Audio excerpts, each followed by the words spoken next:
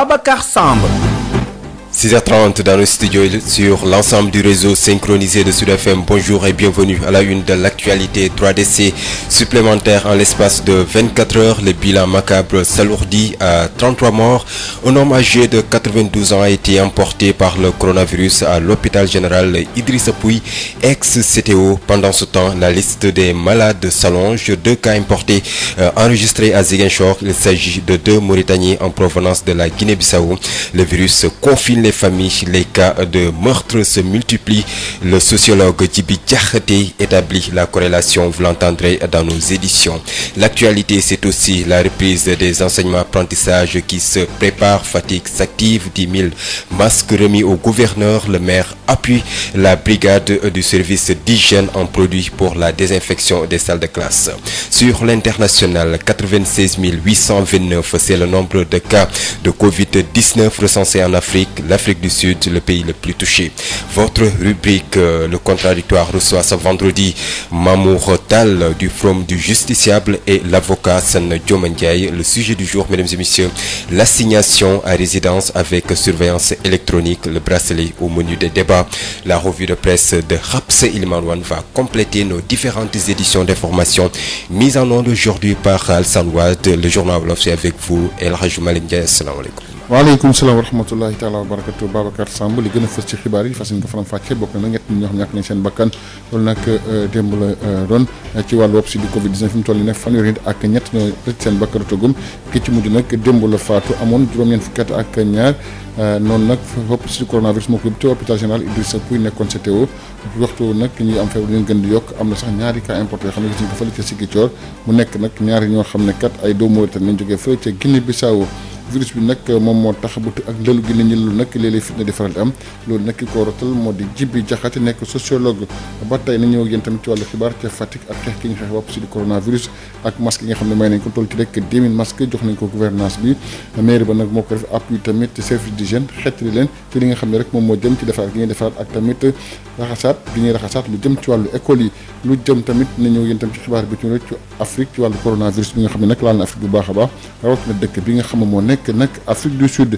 tey ji nag contradictoire mu day dellusiwaat dalal kii di Mamour Tall bu Forum du Justiciable ak tamit maître Assane Dioma Ndiaye nekk avocat ñu waxtaan ak ñoom ci li nga xam ne rek moom moo jëm ci wàllu lam ñuy takkal nag ñu def jiyee yi te nag loolu ñu xam ne ko nag àlba ba ñu gën ca conseil des ministres dañ ci ñëw yéen ñi mu gën a yaatoo loolu moo gën a fës ci xibaar yi ñu day bàyyi bërëb Habsa Elimane Wane ci li nga xam ne rek moom moo gën a fës ci nekkaay gën a tey ji.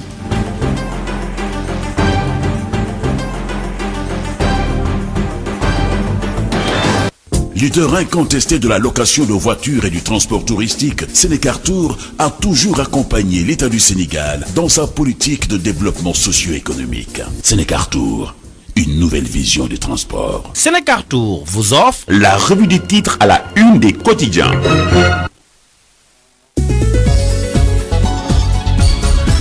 Habsa Elimane Wane. Bonjour et bienvenue à cette revue de titres que nous démarrons par Sud Quotidien. Crise au club des investisseurs, le mea culpa de Babacar Ngom. Conséquence de la motion de soutien à Akili, Babacar Ngom reconnaît sa légèreté et s'excuse. C'est à lire dans les Échos. Vox Populi titre ce matin sur progression du coronavirus au Sénégal. Près de 200 cas en 48 heures, dont 20 communautaires. Libération affiche à sa une maladie à coronavirus. Dakar, la bataille capitale. Après Libération, nous nous intéressons à la une de Tribune de ce matin. Contexte de Covid-19, ralentissement de l'activité économique, le virus impose la Korité crise. Critique parle plutôt de Korité coronant avec le Laylatul Qadr et la Korité Tivaouane pris à la maison. Après critique, nous nous intéressons à la une de l'enquête de ce matin. Enquête donc un dossier sur licence de pêche au Sénégal. Un scandale permanent. Après l'enquête, le Soleil titre ce matin sur Macky Sall tient un discours de rupture. Propos de Cheikh Tidiane Gadio qui se prononce sur l'annulation de la dette africaine. Du Soleil, nous passons à l'As de ce matin. Reprise des cours le 2 juin. Macky sonne la mobilisation nationale. Stade, le quotidien du sport, titre ce matin sur Mercato des Lions. Sabali enfin le sourire. Et enfin, nous terminons par Sunu Lamb. Pape Aliou Mbaye, reporter de lutte à Walf TV, déclare: Cri Bordeaux n'agit que pour son intérêt. Sénécartour di société bi ñu gën a ràññee ci wàllu location auto ak dem beeg dikk bi ci wàllu tourisme xam nañ ko nu ko jekk ci gunge réewum Sénégal ci développement. Sénécartour gis-gis bu bees ci wàllu dem beeg dikk bi. Sénécartour moo leen di may li gën a fës ci këru yéenekaay asalaamaaleykum dal leen ak jàmm ci li gën a fës ci ëttu yéenekaay yi. dañu koy door ak Sud Quotidien tey ci xëtam mu njëkk di waxtaane wàllu yëngu-yëngu bi am ci club des investisseurs di xamle ne kii di Babacar Ngom baalu na li ni mel lit moo soxal Les Échos ci suba si. nee na ki nga xam ne mooy Babacar Ngom daal nangu na baax a baax ne moom moo juum di baalu teg ci Vox Populi ñoom li leen soxal mooy law bi nga xam ne moom la coronavirus di law suñu réew. nee na luy tolloog ñaari téeméeri malade yu yees lañu am ci diirub ñaari fan. ñaar fukk yi nag du jógee ci li nga xam ne mooy cas communautaire. Libération yi di ñu waxtaanee wàllu mbas mi ne Dakar nag fi mu toll nii daal fa la dëgg-dëgg xeex bi féete jëm ci mbas mi. Tribune ñoom it di ñu waxtaanee wàllu mbas mi wante nag jeexital bi nga xam ne moom la am ci wàllu koom rawatina ak korité gi nga xam ne moom la ñu dégmal. moo tax it waa critique duppee mbir mi daal korité corona di ñu xamal ne Laylatul Xadri ak korité fi mu toll nii daal Tiwaawan kenn julliwul ca jumaa yi. du ñu jógee ci critique ñu jàll ci l'enquête jagleel xët bu yaatu wàllu licence wu jëmale ci wàllu napp bi. nee na lii daal lu yàgg am la. Le Soleil tey ji jox kàddu ki nga xam ne mooy Cheikh Tidiane Gadio mu dellu si niilal bi ñu bëgg a niilal lépp lu jëm ci wàllu boru réewul Afrique yi. moom Cheikh Tidiane Gadio di xamal suñu naataangoo yi ne Macky Sall daal discours bi mu ci amal mun nañ ne daal guléet la. Laas moom it di waxtaanee wàllu école bi war a ubbiwaat ci ñaari fan ci weeru juin. di xamle ne daal kiitu njiitu réew mi daal fi mu toll nii dafa xamle ne ñëpp daal jug taxaw tem ngir mbir mi mën a yemb. bu ñu jógee ci Le Soleil ñu jàll ci Stade tey jii di ñu waxtaanee wàllu Sabali na ndax Sabali nag fi mu toll nii dafa nekk ci yoonu daal maanaam kontaan bu baax jëmale ci moom. ñu jeexale kook Sunu Lamb Papa Aliou Mbaye la jox kàddu moom nga xam ne reporter la jëmale ci wàllu lamb ca Walf TV. nee na kii di Gris Bordeaux daal lenn taxu ko jug lu dul poosam. dinañ ko gën a farañ fàcce ci revue de presse bi ci kanam. ñu sant di gërëm Alassane Wade bi ñu ci àndaloon. Il est 6h37 dans nos studios. À 6h45, Babacar Samb sera devant ce micro pour vous présenter la première édition de Sud Matin. Auparavant, vous avez droit à Info Éco et à Info Santé avec Adja Ndeye Khady Diop. Très bonne suite de programme. La BICIS, Banque internationale pour le commerce et l'industrie du Sénégal. La BICIS, la banque Le Monde qui change, vous offre le journal de l'économie. Bonjour et merci de suivre l'actualité économique sur Sen Radio. 3 mois après le premier cas déclaré de Covid-19 au Sénégal et malgré les mesures d'assouplissement prises par l'État du Sénégal d'une part et d'accompagnement d'autre part, beaucoup de secteurs d'activité continuent de traverser des difficultés liées à cette crise. Sentiment de l'économiste professeur Meïssa Babou. Oui, c'est une situation difficile, pour ne pas dire exécrable, parce que tous les secteurs d'activité sont impactés. Et bien sûr que le Sénégal n'est pas allé jusqu'au bout du confinement, ce qui serait une catastrophe. Mais malgré l'allègement des mesures depuis le début d'ailleurs, notre économie est en très grande souffrance. Dans tous les cas, la production va inéluctablement baisser, on va perdre peut-être 3 points de croissance. Mais le plus difficile, ce sont des secteurs quand même extrêmement fragiles, comme les agriculteurs, chambellans, comme l'informel. Ces gens-là qui sont le tissu social, peut-être à 80% du Sénégal, sont tellement impactés qu'aujourd'hui, et malgré ce que le gouvernement est en train de distribuer comme aide alimentaire, la plaie béante des cris de cœur, on les entend de partout. Pour dire que effectivement, c'est quand même inédit que de voir une économie dans sa globalité affectée par une crise. D'habitude, les crises étaient sectorielles, mais ici, il s'agit quand même de crise globale, extrêmement difficile. Maintenant, l'apport financier du gouvernement, oui, peut être quand même très important. D'une part, c'est sous forme de subvention, en allouant des ressources, d'autre part, sous forme quand même de remise d'impôts, ou alors de caution bancaire, toutes choses qui font que le gouvernement est très conscient de la nécessité d'aider actuellement les secteurs pour atténuer vraiment les difficultés auxquelles sont confrontés l'ensemble des segments. Professeur, partagez-vous l'idée selon laquelle plus la crise liée au Covid-19 va perdurer et plus il sera difficile pour l'État du Sénégal de remettre notre économie sur les rails? Oui, vivement que dans un mois ou tout au plus qu'on soit en tout cas mieux, parce qu'au-delà de 4 mois, ce sera encore pire.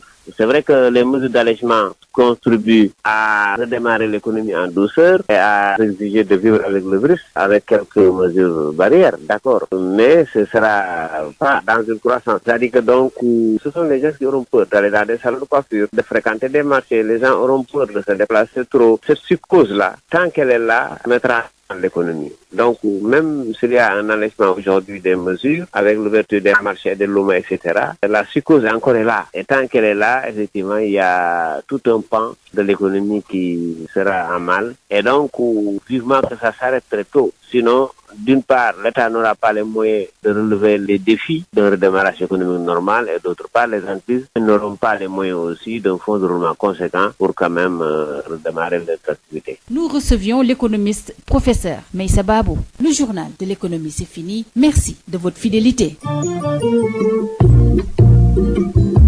La BICIS, Banque internationale pour le commerce et l'industrie du Sénégal, la BICIS, la banque Le Monde qui change, vous a offert le journal de l'économie. Sud FM chez vous, à tout instant. Biotox anti-moustique pour le corps, les vêtements, les rideaux et draps vous protège contre les moustiques chez l'adulte et l'enfant. Val d'Afrique vous offre votre journal de la santé. Bonjour à tous et bienvenue à Info Santé, c'est à Sédhiou où les acteurs socioculturels du Kankourang et les personnes du 3e âge s'impliquent dans la lutte contre le coronavirus. Ils ont présenté le premier lot de masques au préfet et annoncé d'autres outils qu'ils vont mettre à la disposition de l'autorité. El Hadj Bouli Tamba, membre du conseil de surveillance et de gestion du Kankourang avec Moussa Dramé. Il est porté sur les fonds baptismaux une association dite association culturelle pour la gestion du Kankourang, Kouyamba, Kafo. Et pour mieux gérer cette structure, nous avons donc créé à côté un conseil de surveillance qui va donc accompagner toutes les activités de cette association pour revaloriser le patrimoine culturel qu'est le Kankourang. L'association a pris cette bonne initiative de participer à la lutte contre le coronavirus en confectionnant des masques.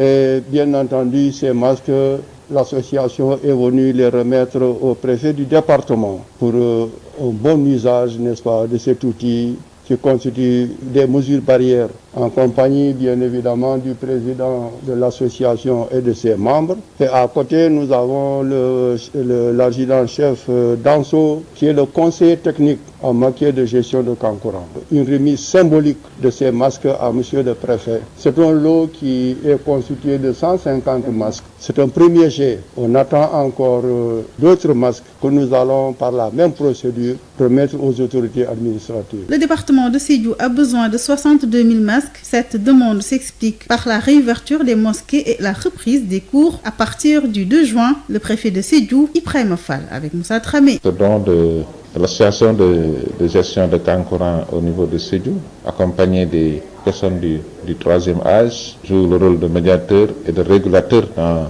la communauté. Il faut saluer quand même cela parce que c'est un apport important dans notre quête vraiment de matériel suffisant pour accompagner les populations. Donc ces masques qu'ils nous ont donnés vont vraiment nous permettre de compléter ce que nous avons dans ce domaine-là. Parce que vous savez très bien que avec la réouverture des mosquées, avec la prochaine réouverture des classes d'examen, le comité a un besoin important de masques. L'ensemble des autorités administratives du département ont fait une expression de besoin. On estimait un peu le besoin en masques du département, qui se chiffre au minimum à 62 000 masques pour accompagner les écoles et les mosquées. Mais aujourd'hui, nous sommes loin du chiffre, mais c'est pourquoi nous faisons un appel aux bonnes volontés qui pourront bien sûr accompagner le comité vraiment pour qu'on ait assez de masques pour que la population puisse être bien dotée, surtout les élèves, les enseignants aussi. Info Santé, c'est fini. Très bon week-end à tous.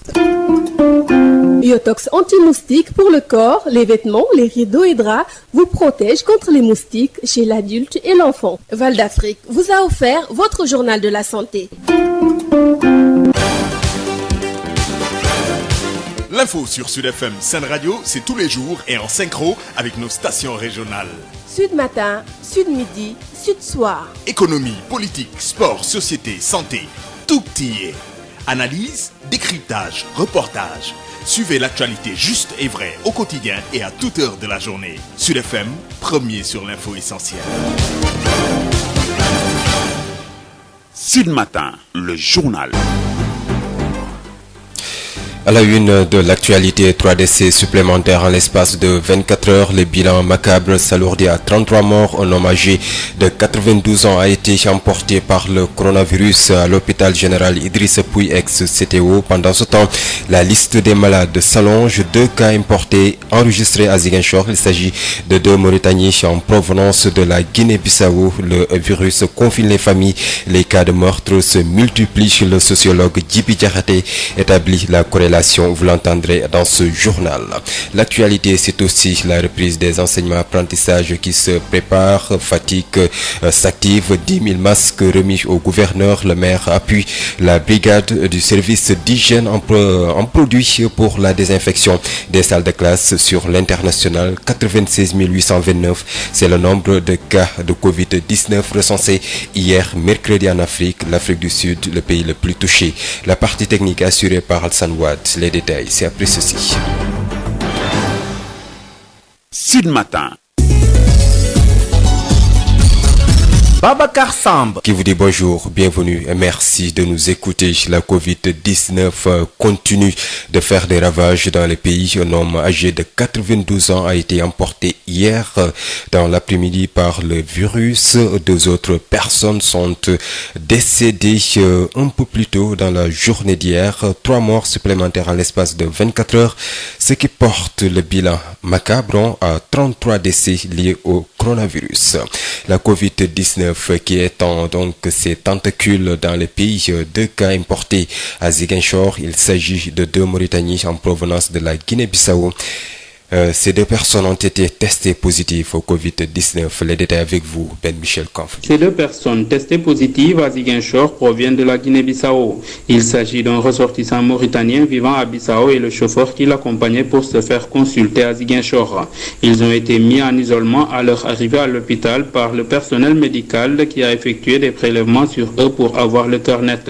Les résultats des tests qui sont revenus positifs ont ouvert à ces 2 étrangers les portes du centre de traitement de l'hôpital régional de Ziguinchor, où ils ont rejoint le dernier patient de Ziguinchor encore sous traitement et les 3 autres malades de la région de Sédhiou. Selon nos sources, ces 2 individus venant de la Guinée-Bissau ont réussi à se procurer une autorisation spéciale pour entrer au Sénégal au moment où les frontières du pays sont fermées. À Ziguinchor, la question qui taraude les esprits, c'est comment ont-ils réussi à obtenir cette autorisation spéciale? Une question qui sera sans doute évoquée à la réunion hebdomadaire du comité régional de gestion des épidémies ce vendredi. Ben Michel Kanfoudi, Ziguinchor, Sud FM. Ben Michel Kanfoudi, parlons de ces séries de meurtres constatées ces derniers temps au Sénégal, une conséquence en grande partie du confinement lié au coronavirus. Le sociologue Djibi Diakhaté établit la corrélation. Il estime que dans une société qui traverse des difficultés où le tissu familial s'est délité et la Covid-19 crée la hantise, les portes sont ouvertes à toutes les dérives. Djibi Diakhaté propose une communication communautaire au profit de celle institutionnelle pour résoudre cette difficulté. Il est joint par Adam John. Vous avez déjà une société qui connaît un certain nombre de difficultés. Déjà en termes de l'organisation de la cellule familiale. Ce qui fait une sorte de constante dans ces différents meurtres, c'est que ça se déploie à l'intérieur de la cellule familiale. Donc ça veut dire qu'au fond, la famille qui était la cellule sociale de base, à l'intérieur de laquelle on inculquait à l'individu des valeurs qui par la suite imprimaient une orientation à sa conduite, cette famille-là est en train de se déliter de plus en plus. C'est-à-dire donc que la substance qui donnait à la famille son identité est en train de disparaître. Les valeurs, les conseils, les leçons, les orientations, les principes, les mythes, toute cette superstructure qui organisait le fonctionnement de la famille a tendance à disparaître. Et les acteurs fondamentaux qui étaient dans la famille et qui étaient considérés comme les gardiens du temple, je pense à la tante, je pense à l'oncle, je pense au grand-père et aux parents, en fait, ces acteurs-là aussi ont tendance à déserter l'espace familial. Donc, ce qui fait que finalement, les valeurs se fragilisent, les modèles se fragilisent et l'individu a tendance à être livré à lui-même. Et dans un contexte où, effectivement, le coronavirus est en train de créer une psychose généralisée. C'est-à-dire que la gestion qu'on a faite d'une certaine manière du coronavirus a installé dans une certaine mesure une psychose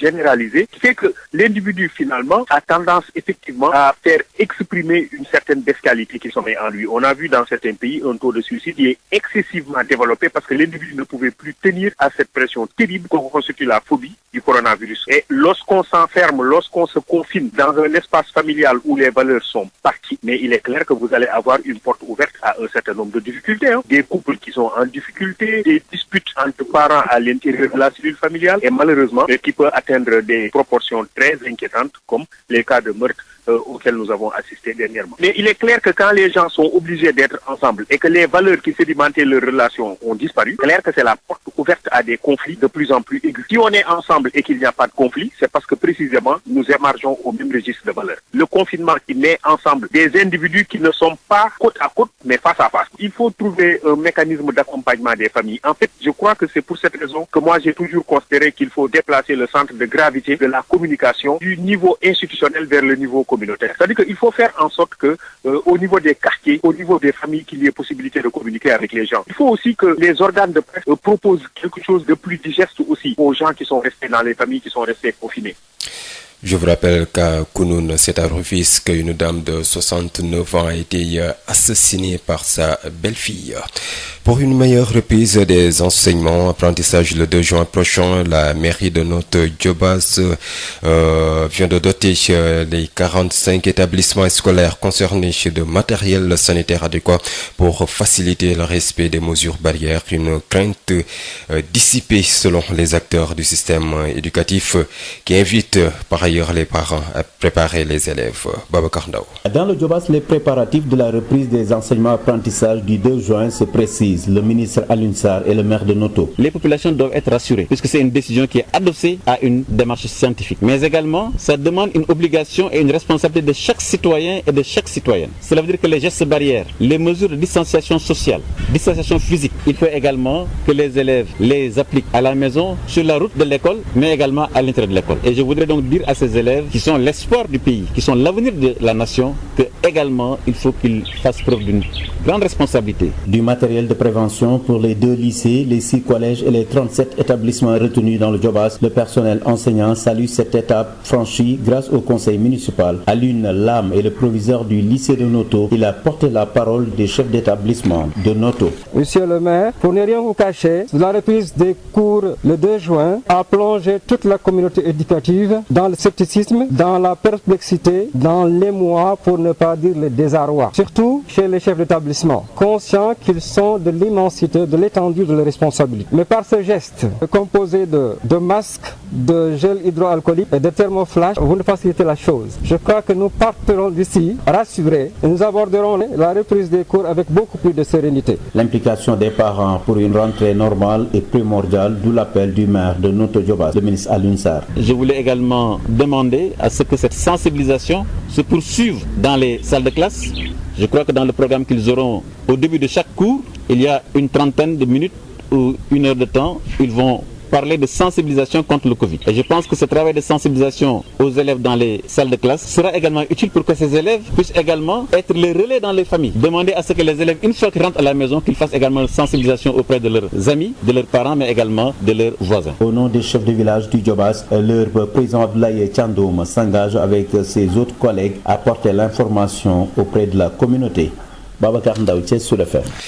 Babacar Ndaou à Fatick, les acteurs préparent également la reprise. Le ministre de la formation professionnelle et de l'artisanat a remis au gouverneur de Fatick un lot de 10 000 masques confectionnés par les artisans locaux pour la reprise des cours. Il a magnifié le bel exemple de Fatick dans la préparation au niveau des écoles de formation et au lycée professionnel Dame Diop au micro de Ngour Sarr. Je me réjouis d'être ce matin à Fatick pour d'abord réceptionner ces masques qui sont confectionnés par les artisans de Fatick, pour les remettre au nom de mes collègues de l'éducation et de l'enseignement supérieur et à mon nom personnel au comité régional dirigé par le gouvernement. Je voulais d'abord féliciter les artisans de Fatick pour la réactivité.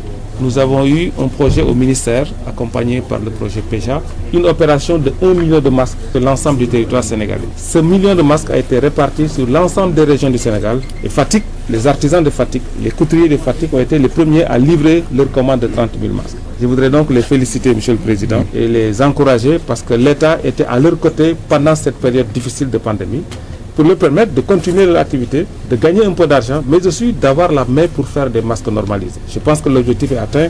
Aujourd'hui, nous venons de réceptionner 30 000 masques que nous allons laisser avec le gouverneur, qui va le doter en priorité, sur instruction du président de la République, aux élèves qui vont reprendre les classes le 2 juin. Donc ça, c'était la première étape. La deuxième étape de notre visite, c'était d'aller constater de visu au niveau des écoles élémentaires, formation professionnelle, lycée technique, les dispositions qui sont prises en vue de la reprise le 2 juin. Nous avons donc constaté que l'opération de désinfection des salles de classe, de nettoiement, de respect des mesures barrières sont en train d'être mises en place ici à Fatick. Je voulais me réjouir et féliciter Madame le gouverneur en tant que président du comité régional pour toutes ces activités. Je pense que Fatick a été un très bel exemple. Nous avons reçu les masques et nous sommes aussi venus au nom du secteur de l'éducation avec du matériel, des thermoflages, des gels alcooliques, des lave-mains et beaucoup de matériel qui seront nécessaires pour la prise en charge des enfants pour la reprise. Et puis le maire de Fatick a appuyé également la brigade du service d'hygiène en produits pour la désinfection des salles de classe partout dans la région où le besoin se fait sentir. Il a aussi anticipé pour la confection de 30 000 masques Matarba avec Ngour Sarr. La commune de Fatick, depuis que cette pandémie a démarré, nous nous sommes investis aux côtés du préfet et du gouverneur de la région pour apporter notre contribution, pour sensibiliser la population. Malheureusement, à l'heure actuelle, Fatick a été touché par un cas au niveau de la commune. Nous prions pour que ceux qui sont mis en quarantaine sortent avec un test négatif. Ces nouvelles dispositions à prendre pour l'ouverture des classes, c'est une lourde mission. Mais les collectivités territoriales joueront leur partition. C'est pourquoi, dès le début, nous avons dégagé 10 millions. Le premier jour, la grande décision du chef de l'État, état d'urgence, couvre-feu et tout. Et notre démarche a été saluée parce que nous n'avons pas pris l'initiative d'aller acheter du matériel et remettre ça au comité départemental de lutte. Nous leur avons demandé de faire l'expression des besoins urgents et essayer de régler cela. C'est ce qu'on a fait et après nous avons fait une commande de 30 000 masques que j'ai déjà livré au niveau de la ville. Il nous reste certainement d'autres. Nous sommes en train de nous mobiliser pour trouver des masques. Nous avons fait la commande des lave-mains pour toutes les écoles de la commune et nous avons aussi pris la décision d'acheter du matériel pour le service d'hygiène, bien évidemment qui va servir la commune mais qui va aussi servir l'ensemble de la région parce que nous allons jouer la carte de la solidarité pour accompagner les autres collectivités territoriales. Nous allons continuer comme cela parce qu'au niveau des vivres aussi, vous avez vu que nous avons acheté 84 tonnes de riz, plus de l'huile, du sucre pour accompagner les efforts du président de la République. Donc nous sommes dans ces dispositions. Sud International. C'est pour parler de la situation de l'épidémie en Afrique. Selon le Centre de prévention des malades de l'Union africaine, le continent a recensé ce mercredi 96 829 cas de Covid-19 et 3031 décès dus à la maladie. Les États les plus touchés sont l'Afrique du Sud, l'Égypte, l'Algérie, le Maroc et le Nigeria. Aux États-Unis, le pays le plus endeuillé d'ailleurs par l'épidémie de nouveau coronavirus a enregistré 1255 décès supplémentaires liés au Covid-19 sur les dernières 24 heures. Au total, 94 661 personnes sont officiellement mortes à cause du coronavirus dans le pays pour 1 576 542 cas diagnostiqués, 25 582 cas supplémentaires entre 20h hier, 20h30 et jeudi, avant-hier 20h30 et jeudi soir. C'est la fin de cette édition d'information. El Hadji Malick Ndiaye s'installe pour le journal Wolof.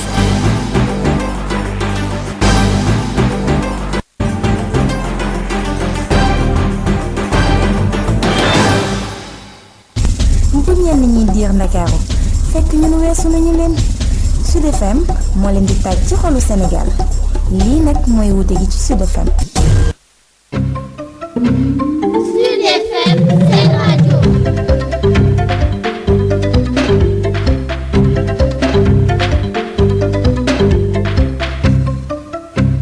Sud FM seen rajo. Sud FM di leen jox xibaar yu gaaw te dëggu.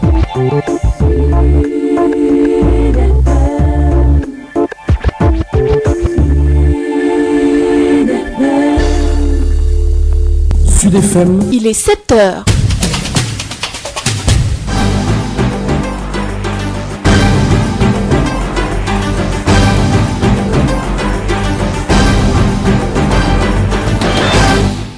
jërë ngeen jëf mbokku déglukat yi asalaamaaleykum juróom-ñaar waxtu moom mooy soog a jot ci suba si li gën a fës ci xibaar fas nañ ko faram-fàccee ñett ñoo xam ñàkk nañ seen bakkan nag démb mu nekk nag xayma bilan bi toll ci fanweeri nit ak ñett yoo xam ñàkk nañ seen bakkan ki ci mujj ñàkk sa bakkanam nag démb juróom-ñeent fukki at ak ñaar la am wopp si nag mu ngi ko yóbbu fële ci hôpital général Idrissa Pouye nekkoon CTO ci waxtu sax ñi nga xam ne nag mooy feebar yi ñuy wër di yokk ba léegi am na nag ñaari cas importé yoo xam ne kat gis nañ ko fële ci Ziguinchor nekk ñaari doomu Mauritanie yoo xam ne kat ñu jógoon fële ci Guinée Bissau nañu ànd ak kii di Ben Michel Kanfoudi ñu jàpp ne nag li nga xam moo nekk tëj ki lalu gi ñu lalu nag day faral di indi fitne nañ ci ànd sax kii nga xam moo nekk sociologue di Djibi Diakhaté ci wàllu dooraat njàng mi ñaari fan ci weeru juin bi ñu nekk nag Fatick ñu ngi ci waajal bu baax a baax am na sax ay masques yoo xam ne may nañ ko nag jox na gouvernance bi maire bi tamit jóg indi ndimbalam yóbbu ko ci waa service d'hygiène du ñu fàtte xibaar bi ci tamit wàllu contradictoire Alassane Wade moo nekk si wàllu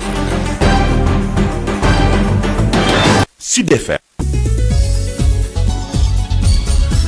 El Hadj Malick Ndiaye. fanweeri nit ak ñett ñoo ñàkkum seen bakkan bu wopp si duggee fii Sénégal ba léegi di mbas mi di Covid 19 ñu jàpp ne nag ki ci mujjee gaañu démb la gaañu ci guddi am nag juróom-ñeent fukki at ak ñaar mu ngi gaañu ci hôpital général Idrissa Pouye nekkoon CTO Covid 19 bi nag ba léegi di wéy di nag lëmbee dëkk bi am na nag kooku xam ne ñàkk na bakkanam duñ ko wax léegi sax moom la muy am nag juróom-ñeent fukki at ak ñaar yëf yi nag mu ngi ko yóbbu fële ci hôpital Idrissa Pouye nekkoon na CTO ba tey ci wàllu yi des ak tamit ñaari cas importé yoo xam ne kat dañ koo indaale wopp si ca Ziguinchor nekk ñaari nit ñoo xam ne kat ay Mauritaniens lañ jógee fële ci Guinée Bissau ñooñu nag fi mu toll dañ leen testé positif ci wàllu Covid 19 bi dañ ci ànd kii di Ben Michel Kanfoudi. ñaari nit yooyu ñu testé ñu amee jàngoro jooji di mbas mi nag ñu ngi jógee ca Guinée Bissau mu nekk benn ressortissant mauritanien buy dund ca Bissau ak chauffeuram bi nga xam ni moo ko gunge woon ngir mu ñëw faju ji fii ci diwaanu Ziguinchor ñoom nag bu ñu yegsee ci l'hôpital bi personnel médical bi daf leen daal di isolé la tax muy defee prélèvement si ñoom ngir mën a xam seen statut ci naka noonu nag la test yi dellusee nekk positif ba tax ñi daal di dem fekki ci centre de traitement bu hôpital régional bu Ziguinchor benn patient bu desoon ci diwaanu Ziguinchor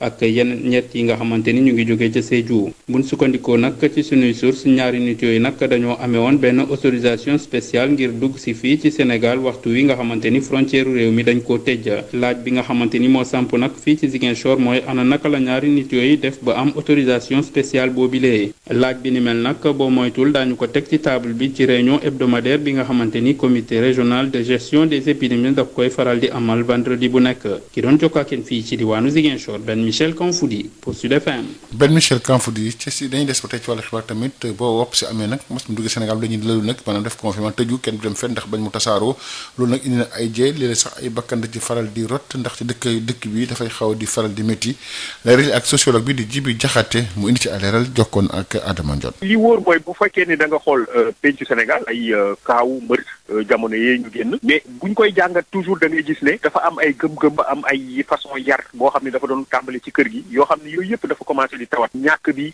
nit ñi am ay jafe-jafe jàppalante bi xaw a jafe nga xam ne nit ki dafay dem ba lii ko doon def ci moom ak yóbbal ba nga xam ni moom bu amee yenn problème yi dina mën a taxaw xeex ak moom parce que yar gi ñu def ci moom moo doon tax muy mën a taxaw di xeex ak moom yar googu moo commencé di tawat te boo ko dee xool problème yi yu ci bëri mbër yi nga xam ne moom la ñu mujjee gis ci biir kër la am donc looloo lay wan ni kër gi kenn yi nga xam ne ñoom ñoo ko téewoon muy yar gi nga xam ne moom lañ doon def nit ñi nga xam ni maam ja ci daan bokk bàjjen da ci daan bokk nijaay da ci daan bokk baay di ci bokk ndey di ci bokk mag di ci bokk dëkkandoo sax di ci bokk yooyu yëpp boo ko dee xool dafa mel ni lu toxu ci suñu penc bi léegi nag bu fekkee dafa daje nit ñi am ay jafe-jafe ci mbirum koom rawatina ci contexte bi nga xam ne coronavirus bi mi ngi fi il est clair que dafay nekk loo xam ne dafay gën a yomb pour que yenn ñaawteef yi di am rawatina ci biir kër gi nga xam ne nit ñi dañuy obligé di fa tëju te li nga xam ne moom moo leen doon téye ci ay mbirum jikkook ay mbirum royuwaay yooyu xawatu ko. kon confinement bi dafa am ay impact ci série meurtre yooyu. mais bu baax a baax parce que nit ñi bu fekkee ni dañoo tëju te war a jëflante ci seen biir te jëflante boobu li nga xam ni moom moo ko waroon a nekk laltaayam muy ay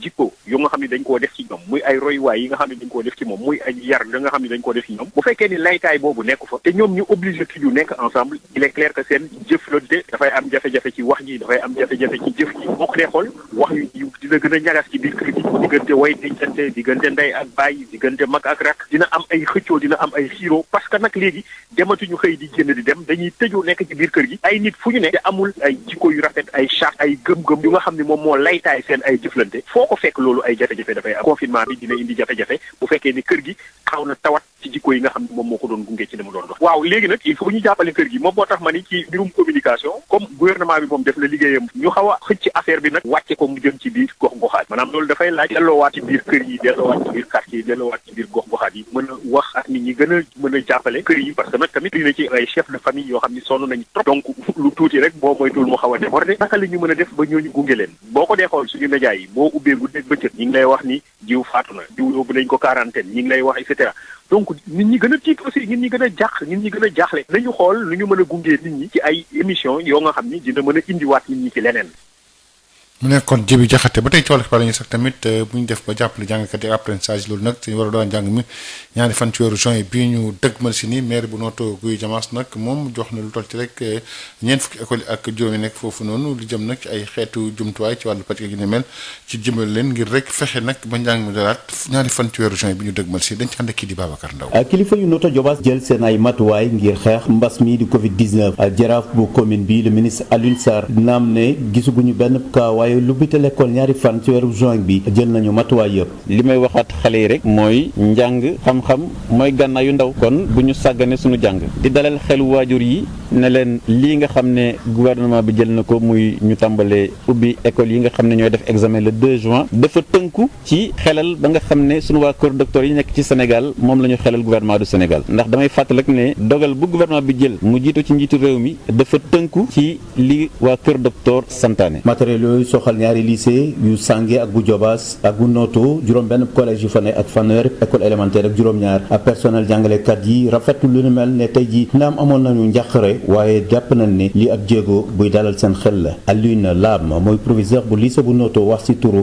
chef d'établissement yu Diobass. bi ñu waxee ni école day ubbi le 2 ñun ñëpp jaaxle la ñu nekkoon ndax affaire bi du lu yomb maladie bi bu garaaw la waaye à travers le geste d'aujourd'hui la remise de masques de gel hydroalcoolique et de thermoflash monsieur Alioune Sarr monsieur le maire jox nañu jumtukaay yu ñu mën a jànkonteel mbir mi yaakaar naa ni lépp lu ñu amoon comme ci tànge dañ na tey. waa tax na ñi nga xamante ne waajur yi am nañ ci pàcc bu am solo ngir gën a waajal seen xale yi loolu di gis-gisu maire bu Notto Diobass. suñu jàngalekat yi nga xam ne ay jàmbaar lañu wax dëgg yàlla maa leen di ndokkal monsieur le proviseur ndax seen liggéey yombul xam naa di ngeen ci taxaw di ngeen ci sol seen dàll pour que tegtal yi ñuy wax yëpp ñu mën ko jëfe ci biir école yi ku nekk boo fi jógee surtout élèves yi bu ngeen demee seen xarit yi seen camarades yi ngeen lawal lii ñu wax ci ay gestes barrières ci ay sensibilisation ndax kat benn ko defulee mën nañu lor société bi. si turu njiitu chef de village yi nekk si tundu Diobass seen njiit président Abdoulaye Thiandoum ne tey jii lii dal na xel waaye duñ si yam juróom benn fukki chef de village ak juróom-ñaar yu nekk si tundu Diobass dinañ wax ak ñoom ñu wax ak askan ñu jël seen ay matuwaay ngir ñaari fan ci weeru juin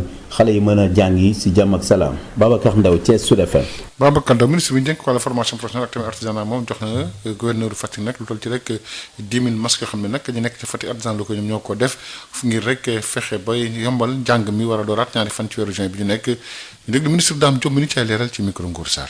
ñu ngi am sant yàlla bu ñu ñëwee fii tey Fatick ci suba ci instruction président de la République pour d'abord réceptionner masques yi nga xam ne ñu ngi koy defar xam ngeen ni pour ñu jàngi il faut xale yi def ay mesures barrières maanaam li ci gën a taxaw mooy takk masque loolu moo taxoon bi mbas mi commencé ñun ci ministère bi ñu xalaatoon defar ay masques par les artisans locaux donc Fatick am ci fanweeri junni masques yoo xam ni ñoo ko def comme région yëpp ma bëggoon féliciter le président Issa Dieye féliciter aussi les couturiers et les artisans yi nga xam ne ñoo nekk Fatick parce que ñoom bokk nañ ci région yi njëkk a pare loolu nag maa ngi koy santé le maire sama xarit Matar Ba ci taxawaayam aussi parce que Fatick amoon nañ programme 30 000 yu jiitu donc objectif bi moo doon que artisans yi mun a liggéey ci période mbas mi mais aussi mooy que suñu amee ay yeneen commande ñu mun a defar ay masques yu baax jàpp naa ne objectif boobu atteindre nañ ko tey bi ci des moo doon ñu ñëw pour gis ci école yi disposition yi nga xam ne jël nañ ko pour xale yi mën a jàngi la dëgg parce que jàpp naa ne tey li ma gis ci école primaire yi ci école de formation ci lycée technique dal na suñ xel parce que directeurs yi proviseurs yi parents d'élèves yi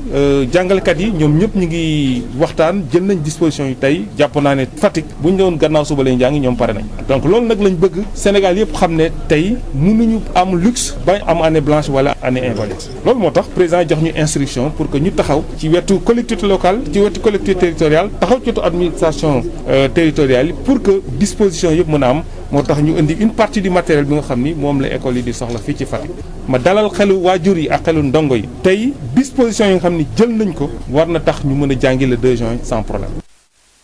jërëjëf kooku Dame Diop ministre bi ñu dénk wàllu njàng formation professionnelle ñu wax ci Fatick ba tey maire bi nag dimbali brigade service d'hygiène bi ci produit désinfectant ci wàllu salle de classe lu jëm ci njàng mi ñu dégmal si ñaari fan ci weeru juin moom nag bokk na sax lu toll ci nag 30 masques yoo xam ne jox nañ ko dégg ngeen ci sax Matar Ba maire Fatick ci xibaar yi nga xam moom la ñu génn ba tey ci xibaar yi ñu wax ak tamit famille jigéen nekk fële ci Sédhiou nag ñoom tamit jóg nañ taxaw tem ci xeex ak wàllu coronavirus bi ci ay xeetu ndimbal ak li ni mel ak tamit ay wàllu produit ak lépp loo xam jëm na nag ci xeetu ndimbal ci waxtu ñu toll nga xam dañuy xeexal Covid-19 dañu ànd ak kii di Moussa Dramé. kuréel bii la ñuy duppee réseau africain pour le développement intégré ñu gën xam ci RADI ci alxames bi am na it ay jumtukaay wàllu set ak setal boo xam ne daf ko jégleel mbootaay jigéen yoo xam ne ñoom lay liggéeyal ci ay communes Sédhiou Dianda-Maladi Bonna ak it Sakar liñ ci jublu moo ne rek fexe ba farataal lépp loo xam ne si dafa jëmee ci wàllu set ak setal rawat na xeex mbas mi lay di Covid-19 dañ ci teewlu Ndeye Oumou Camara mi yor seen i kat. waa RADI ñooñu indil saabu yi ngeen di gis ni madaar beeg eau de javel bi masque yi ak affiche yi nee na jigéen moo yor kër te kër bu setul jaboot gi duñu wér lii ñu andi nii mu ngi koy jox jigéen ñi dañu fagaru ci di utiliser lii di respecter mesures barrières yi di toog seen kër bu ñu amul yenn soxla yi RADI nag lii du fi guléet ndax tey boo déggee UJPR RADI tax ñun yàgg nañ fi. ay fan dong moo des ñu war a ubbi classe yi ndax it ndongo yoo xam ne war nañ def ay l'examen ci loolee it kii di Aliou Diallo nekk deuxième vice président conseil départemental bu Sédhiou bég lool ci jàppandi boo xam ne def nañ ko jëntukaay yooyu la. préfet dafa woote xam ngeen ne suñu doom yi dañu war a ñëwaat duggaat ci école bi parce que dañu war a def seen examen tey département bi yëpp lu ñu soxla ci masque ëpp na 62 000 masques conseil départemental lépp loo xam ne RADI soxla na ko fii ci collectivité yi dinañu takk suñu ndigg lépp lu ñu soxla ñu mun a leen ko defal. nekk noonu it bég lool ci jumtukaay yi lay ñu jëbal jigéen yi ki di Abdoulaye Koli nekk premier adjoint au maire de la commune de Sédhiou mi ngi soñu jigéen yi ñi gën ci taxaw bu baax gën yaatal wàllu set ak setal aar wopp bi la. organisation yi nga xam ne ñi affilié à RADI maa ngi leen di gërëm di leen encouragé ci activité bu ñu war a développer sur le terrain di leen wax ne que RADI def na lu mu mën a def contribuer ci sensibilisation contribuer ci informer lu tax dañuy war a raxas suñu loxo porter le masque pour que vraiment nit ñi jël ko habitude. kuréel bii lay di RADI sopp na lool amal yeete bu yaatu di ay communication yoo xam ne fas yéene na ko def gën ko yaatal ngir it lépp loo xam ne si moo jëmee ci wàllu taxawaay kenn ku nekk ak it mbooloo moo xam ne moom la ñu war a def ngir it ñu mën a aar mbas mi lay di Covid-19 ki doon jokkoo ak yéen Sédhiou Moussa Dramé pour Sud FM. Moussa Dramé ba tey ci wàllu xibaar la ñuy des ak tamit démb la ñu am nag te Ndar lu jëm ci opération distribution xeetu ni ba ñu war a jox nag ñu jëm ci ñi nga xam ne kese la ko jox seen ginnaaw loolu nag ci toll nañ 65 134 ménages yoo xam ne nag dañu am lu jëm ci xeetu ndimbal googu dañu ca Ndar dañ ci ànd ak kii di Yves Tendeng. ñoo ngi toll ci lu ëpp juróom-benn fukki junni ak juróom ci ay njaboot yi nga xam ne ni nar nañu jot ci kit alimentaire yi bàyyeeku ci force Covid-19 fii ci région bu Ndar. loolu ki ko xamle di joriñ gi ñu dënk wàllum développement communautaire équité sociale ak territoriale di Mansour Faye mi jóge rek lancé opération ndorteelu séddale boobu leen ndimbal jëmale ci askan wi fële ca Médina Ndiatbé di commune bi nekk ci département bu Podor. tey dañoo tànn le département de Podor ñu defee fii le lancement officiel des opérations nga xam ni dund bi ñu joxe te Saint-Louis mooy Saint-Louis mooy fukkeel étape ak ñett mooy wax population bi nag tey jii seen buur séeréer moo fi ñëw. indi leen ceeb waaye nag séeréer bi moomu ko seen alal la. muy ay kit alimentaire yi nga xam ne ni day ñëw rek yokk ci ndimbal bi nga xam ne ni bàyyiku na ci maire bu commune boobule ci wàllum ceeb te mu nar ko jëmale ci askanom Demba Ba. li ma war a def vis-à-vis de l'État def naa ko mais li ma war a def vis-à-vis fi ma juddoo ak sama njaboot stocké naa au niveau de la Sahel 20 tonnes muy suukar muy ceeb ak yépp yaakaar naa ne suñu joxee kit alimentaire bu état bi li si des li ñu jotul am ñu jox leen. muy ndaje bu nga xamee ni joriñ bi di Mansour Faye daal na ci rek sukkandiku ngir xamle ne liggéeyu kuréel bi nga xamee ni moom la ñu tëral ngir tànneefu njaboot yi nga xam ni ñoo yelloo boobu leen ndimbal daanaka moom xamle na ne lépp jaar na ci yoon. contestation amul am nañu benn numéro vert boo xam ne teg nañ ko muy le 12 22 waaye ba fii may wax ak yéen il y a que 57 réclamations maanaam juróom fukk ak juróom-ñaar réclamation ñoo ci am ci Sénégal gi yëpp ci 1 million li nga xam ne ménage yi ñu tànn il y a que 57 de réclamations lu ñuy amagum ci numéro vert boobu loolu mooy wane lan mooy tànnee fi jaar na yoon. ci biir ndaje bi askan wi diwaan googule daanaka ñaax nañu leen ngir ñu respecter mesures barrières yi ngir xeex mbas mi di Covid-19 ci biir département bu Podor bi nga xam ne ni ba tey ji amagul cas positif biñ fa nemmeeku ki doon jokkoo ak yéen fii ci Saint-Louis Yves Tendeng Sud FM. Yves Tendeng li nga xam ne nag moom mooy affectation yi am ci wàllu magistrature bi nag laal na wax fële ci diwaanu Mbour am na ñoo xam ne kat dem nañ waaye am na ñu bees ñoo xam ne ñëw nañ fa leerali ak kii di Babacar Sow. coppite yi ñu nemmeeku ci bopp kuréel gi saytu wàllu yoon ci réewum Sénégal laal na bu baax diwaanu Mbour président Thierno Niang bi nga xamee ni moo ubbi tribunal grande instance bu Mbour ginnaaw boo nga xamee ni lu toll ci fukki at a ngi ni mu nekk ca bopp ba daal di nañ ko toxal ca Ndakaaru di magistrat bu nga xamee ni ràññeewoon nañ ko bu baax ci procès Médinatoul Salam bi ñu doon àtte rahmatullahi alayhi Cheikh Béthio Thioune bi nekkoon ci bopp càntakun yi te wuy ji boroomam président Thierno Niang jamono ji moom la ñu takkal ndombo tànku président chambre cour d'appel bu Ndakaaru ki ko wuutu moo di Pierre Tine bi nga xamee ni mësuñ joon yàlla tey ji mi ngi woon ca tribunal grande instance bu capitale bu Fuladu di Kolda coppite yooyu di ndogal boo xam ne itam daal dina laal procureur tribunal bu grande instance bu Mbour moom moomay sax donte yàggul lool ci poste bi ñu ràññewoon ko moom itam ci procès jëwriñu càntakun yi Cheikh Béthio Thioune di Youssou Diallo jamono ji daal dañ koy yóbbu ca OFNAC ki ko fi wuutu moo di Elias Abdoulaye Diop bi nga xamee ni mi ngi woon ci administration centrale bu ministère de la justice moom nag jamono ji daal dina wuutu kii di Youssouf Diallo ci poste bu doy waar bi nga xamee ni moo di procureur tribunal grande instance bu Mbour Babacar Sow doon ca jokko kenn fii ci Mbour pour Sud FM. Babacar Sow Gora Khouma di secrétaire général union des routiers du Sénégal nag mu ngi oote ak dal ginnaaw bi xam ne chauffeur seen bëgg-bëgg rek mu waat nag ci force lu jëm nag ci wàllu garage ngir rek daw ci interurbain ci côté gi di dëgg ma si ndax rek ñoom dañoo lottu Gora Khouma indi ay leeral ci micro Amadou Moustapha Dieng. xam ko bokk union des routiers du Sénégal la moo xam ko bokkul union des routiers du Sénégal. ça fait 2 mois ñu ngi resté woon dans le calme toog di muñ di xaar autorisation gouvernement pour ñu mën a delluwaat ci liggéey kon fépp korite may ñaan bépp ku yore oto moo ko sa bopp baa nga koy dawal boo koy interurbain bu la dara jëral nga fippu ne da ngay liggéey calme boobu gerte woon maa ngi ñaanal njaboot gi nañ continuer calme bañ am autorisation war a mën a daw métti na lool te lu ñu mën a wax nañ ko lu ñu war a def nañ ko mais comme amaguñu autorisation bu kenn utiliser bras de fer contre le pouvoir pour dem liggéey maa ngi ñaan qu'on reste en calme sincérité ak discipline li ñu ànd woon nañ ko continuer bien vrai que yàlla célébrer yàlla difficulté mais nañ continuer ci dans le calme rester dans le calme bañ a indi benn bras de fer contre le pouvoir ci ne dañuy dem liggéey loolu laa bëgg a partager ak njaboot gi ku bokk sama syndicat ak ku bokk sama syndicat que le secteur intermédiaire reste calme. mu nekkoon Gora Khouma ci bitim réew la ñuy wax ci wàllu Covid ak États-Unis nag nekk dëkk bi nga xam ne fi daf ko laal bu baax moom la gën a laal ci wàllu coronavirus bi ak tamit ñu bëree bëri ñoo xam ne ñàkk nañ ci seen ay bakkan loolu nag ci am na sax ñoo xam ne toll na ci junni ak ñaar téeméer lu topp ñàkk nañ seen bakkan ci li nga xam ne rek moom moo nekk ci Amérique boo ko xaymaa nag te 94 661 personnes ñoo ñàkk seen bakkan ba mbas mi dooree fële ci Amérique ba léegi. fii la ñu am ngeen ci wàllu xibaar ginnaaw fukki simili ak juróom-ñaar mu taftalu ci juróom-ñaari waxtu di sant di gërëm baax Alassane Wade mu nekkoon ci wàllu xarala ci kàddu El Hadji Malick Ndiaye dañuy bàyyi bëri beeg xab say limaan woon dina def di saat si kattan yàlla bu 8h jotee doon laataa loolu à 7h30 ngeen ànd ak kii di Babacar Samb jaa ngeen jëf. La revue de la presse sur Sud FM.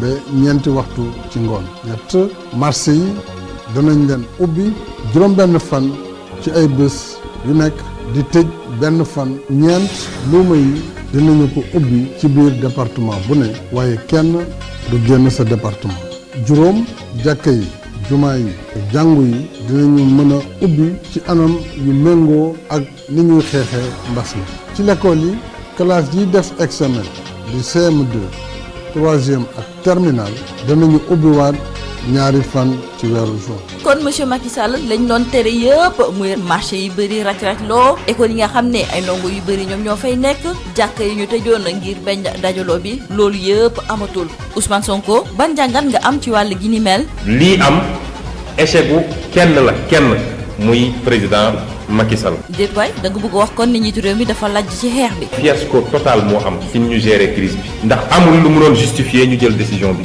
tey Sénégal bokk na ci réewu Afrique yi nga xam ne moom la épidémie bi gën a laal ci Afrique ba mu dëkk ci fukki réew yi mbas mi gën a dal fi mu ne ni Sénégal ci la bokk. irresponsabilité bii Macky Sall wone yàlla nañu yàlla fegal mbir mi ba bu mu egg fi ñu xalaat ñun yàlla ñu ci yàlla musal ndax fi mu ne ni yàlla rekk ñu mën a musal. Sud FM di ab lëkkaloo ci njëriñu askan. Lorsque les autres visent Dakar, nous allons plus loin. Sud FM vous installe au cœur du Sénégal. Toute la différence est là, sur Sud FM. Sud FM, Sen Radio 98.5. Babacar Samb. Bonjour, bienvenue et merci d'écouter Sud FM Sen Radio pour vous informer sur la seconde édition d'information que nous débutons avec la Covid-19 qui continue de faire des ravages au Sénégal. Un homme âgé de 92 ans a été emporté hier dans l'après-midi par le virus. 2 autres personnes sont décédées un peu plus tôt dans la journée d'hier. 3 morts supplémentaires en l'espace de 24 heures, ce qui porte le bilan macabre à 33 décès liés au nouveau coronavirus. La Covid-19 qui est donc ses tentacules dans les pays. 2 cas importés à Ziguinchor. Il s'agit de 2 Mauritaniens en provenance de la Guinée-Bissau. Ces 2 personnes ont été testées positives au Covid-19. Ben Michel Kanfoudi. Ces 2 personnes testées positives à Ziguinchor proviennent de la Guinée-Bissau. Il s'agit d'un ressortissant mauritanien vivant à Bissau et le chauffeur qui l'accompagnait pour se faire consulter à Ziguinchor. Ils ont été mis en isolement à leur arrivée à l'hôpital par le personnel médical qui a effectué des prélèvements sur eux pour avoir le cœur net. Les résultats des tests qui sont revenus positifs ont ouvert à ces 2 étrangers les portes du centre de traitement de l'hôpital régional de Ziguinchor où ils ont rejoint le dernier patient de Ziguinchor encore sous traitement et les 3 autres malades de la région de Sédhiou. Selon nos sources, ces 2 individus venant de la Guinée-Bissau ont réussi à se procurer une autorisation spéciale pour entrer au Sénégal au moment où les frontières du pays sont fermées. À Ziguinchor, la question qui taraude les esprits, c'est comment ont-ils réussi à obtenir cette autorisation spéciale? Une question qui sera sans doute évoquée à la réunion hebdomadaire du comité régional de gestion des épidémies ce vendredi. Ben Michel Kanfoudi, Ziguinchor, Sud FM. Ben Michel Kanfoudi, parlons de la grogne des transporteurs. Le secrétaire général de l'Union des routiers du Sénégal, Gora Khouma, lance un appel au calme et à la sérénité suite aux velléités de certains chauffeurs de transport interurbain de reprendre la route les prochaines heures. La responsabilité ou bien le responsable syndical estime que malgré les difficultés, la fête de Korité ne doit pas être un prétexte pour rompre la discipline des conducteurs. Voici Gorokhum au micro d'Amadou Moustapha Dian. Tout à fait. C'est pour continuer de rester au calme, de ne pas faire le bras de fer contre le pouvoir, puisqu'on a fait 2 mois d'immobilisation. On continue dans cette lancée, qu'on n'utilise pas une nouvelle formule. La première formule était idéale, de rester dans le calme, Dieu vraiment le fair play. Bien vrai que nous vivons dans le calvaire, dans la souffrance, mais restons dans le calme, ne jouez pas le bras de fer contre le pouvoir, rien que pour l'effet de la Corée. Moi, c'est un conseil que je donne à ceux qui sont militaires dans l'Union des routiers et ceux qui ne sont pas. En tout cas, mon souhait, la consigne donnée par lui, c'est que tout le monde reste dans le calme et de ne pas faire bras de fer contre le pouvoir. Protocole de sécurité sanitaire pour la reprise des apprentissages dans les structures scolaires. Plusieurs recommandations allant du port systématique de masques au respect de la distanciation physique, des aménagements d'endroits pour isoler d'éventuels cas suspects, à l'accompagnement particulier aux enfants handicapés ou porteurs de virus. Amadou Moustapha Dian fait le point. Le ministère de la Santé et de l'Action sociale a produit la procédure opérationnelle normalisée, protocole de sécurisation sanitaire pour la reprise des apprentissages dans les structures scolaires. Ce protocole recommande des mesures pour la prévention et le contrôle de l'infection, la dotation de 3 masques lavables par personne, élèves, enseignants et personnel administratif, technique et techniciens de surface, le port obligatoire de masques en tissu normé, la définition d'un circuit d'entrée et de sortie sinon engager rapidement la mise en place d'une deuxième porte de sortie pas trop distante de la principale avec un gardien formé au niveau de chaque école, la mise en place d'un dispositif de tri à l'entrée et à la sortie de l'école avec thermoflash, la mise en place d'un dispositif de lavage des mains, la distanciation physique d'un élève par table et les tables doivent être distancées de 1 mètre à 1 mètre 50, une salle des classes aérée, ouverte et systématiquement nettoyée. Les recommandations indiquent que ne pourront être ouvertes que les écoles disposant d'eau courante. Ces écoles devront immédiatement fermer. Des arrêts de cette alimentation ne seront également ouvertes que les écoles disposant de toilettes ou de latrines séparées. Pour les filles et les garçons équipés d'eau et de savon, nettoyage des toilettes et des latrines au moins 2 fois par jour, disponibilité d'équipements de protection. Également, chaque élève devra venir avec son propre goûter, le contrôle et la vente des denrées à l'intérieur et aux alentours de l'école. Concernant la formation du personnel administratif et des enseignants, la formation à l'utilisation du thermoflash et à la détection de la fièvre et des signes d'orientation, la formation sur l'utilisation des masques, la formation sur le nettoyage et la sensibilisation sur le virus et les modes de transmission. Concernant le dispositif sanitaire au niveau de l'école, identifier un endroit aéré et discret pouvant permettre d'isoler un éventuel cas suspect et qui pourrait aussi servir de box de prélèvement, la présence d'un point focal ou un agent de santé dans chaque école, l'affectation de chaque école à une structure de santé, la définition du système de communication et la dotation en masques, gants, bottes et solutions hydroalcooliques. Il est également recommandé d'accorder une attention particulière aux enfants porteurs de handicap et de pathologies chroniques. Autant dire que c'est une batterie de mesures qui seront quand même difficiles à faire respecter pour l'ouverture des classes pour ce 2 juin. Ce protocole de sécurité sanitaire qui donc prévoit des aménagements d'endroits pour isoler d'éventuels cas suspects, l'accompagnement particulier des enfants handicapés et aux porteurs de maladies chroniques. Lancement hier jeudi à Saint-Louis des opérations de distribution de kits alimentaires pour les ménages vulnérables de la région. Compte tenu de ces total 65 134 ménages qui vont bénéficier de cette aide alimentaire du force Covid-19, dont 43% de ce nombre sont du département de Podor. La cérémonie officielle s'est déroulée dans la commune de Médina Ndiadbé, département de Podor. Les détails avec Yves Tendeng. Ils seront en tout quelques 65 134 ménages dits vulnérables à bénéficier des kits alimentaires du force Covid-19 dans la région de Saint-Louis. L'annonce est faite par le ministre du Développement communautaire, de l'équité sociale et territoriale qui a lancé les opérations de distribution à Médina Ndiadbé, une commune du département de Podor. Mansour Faye. La région de Saint-Louis est une région assez étirée.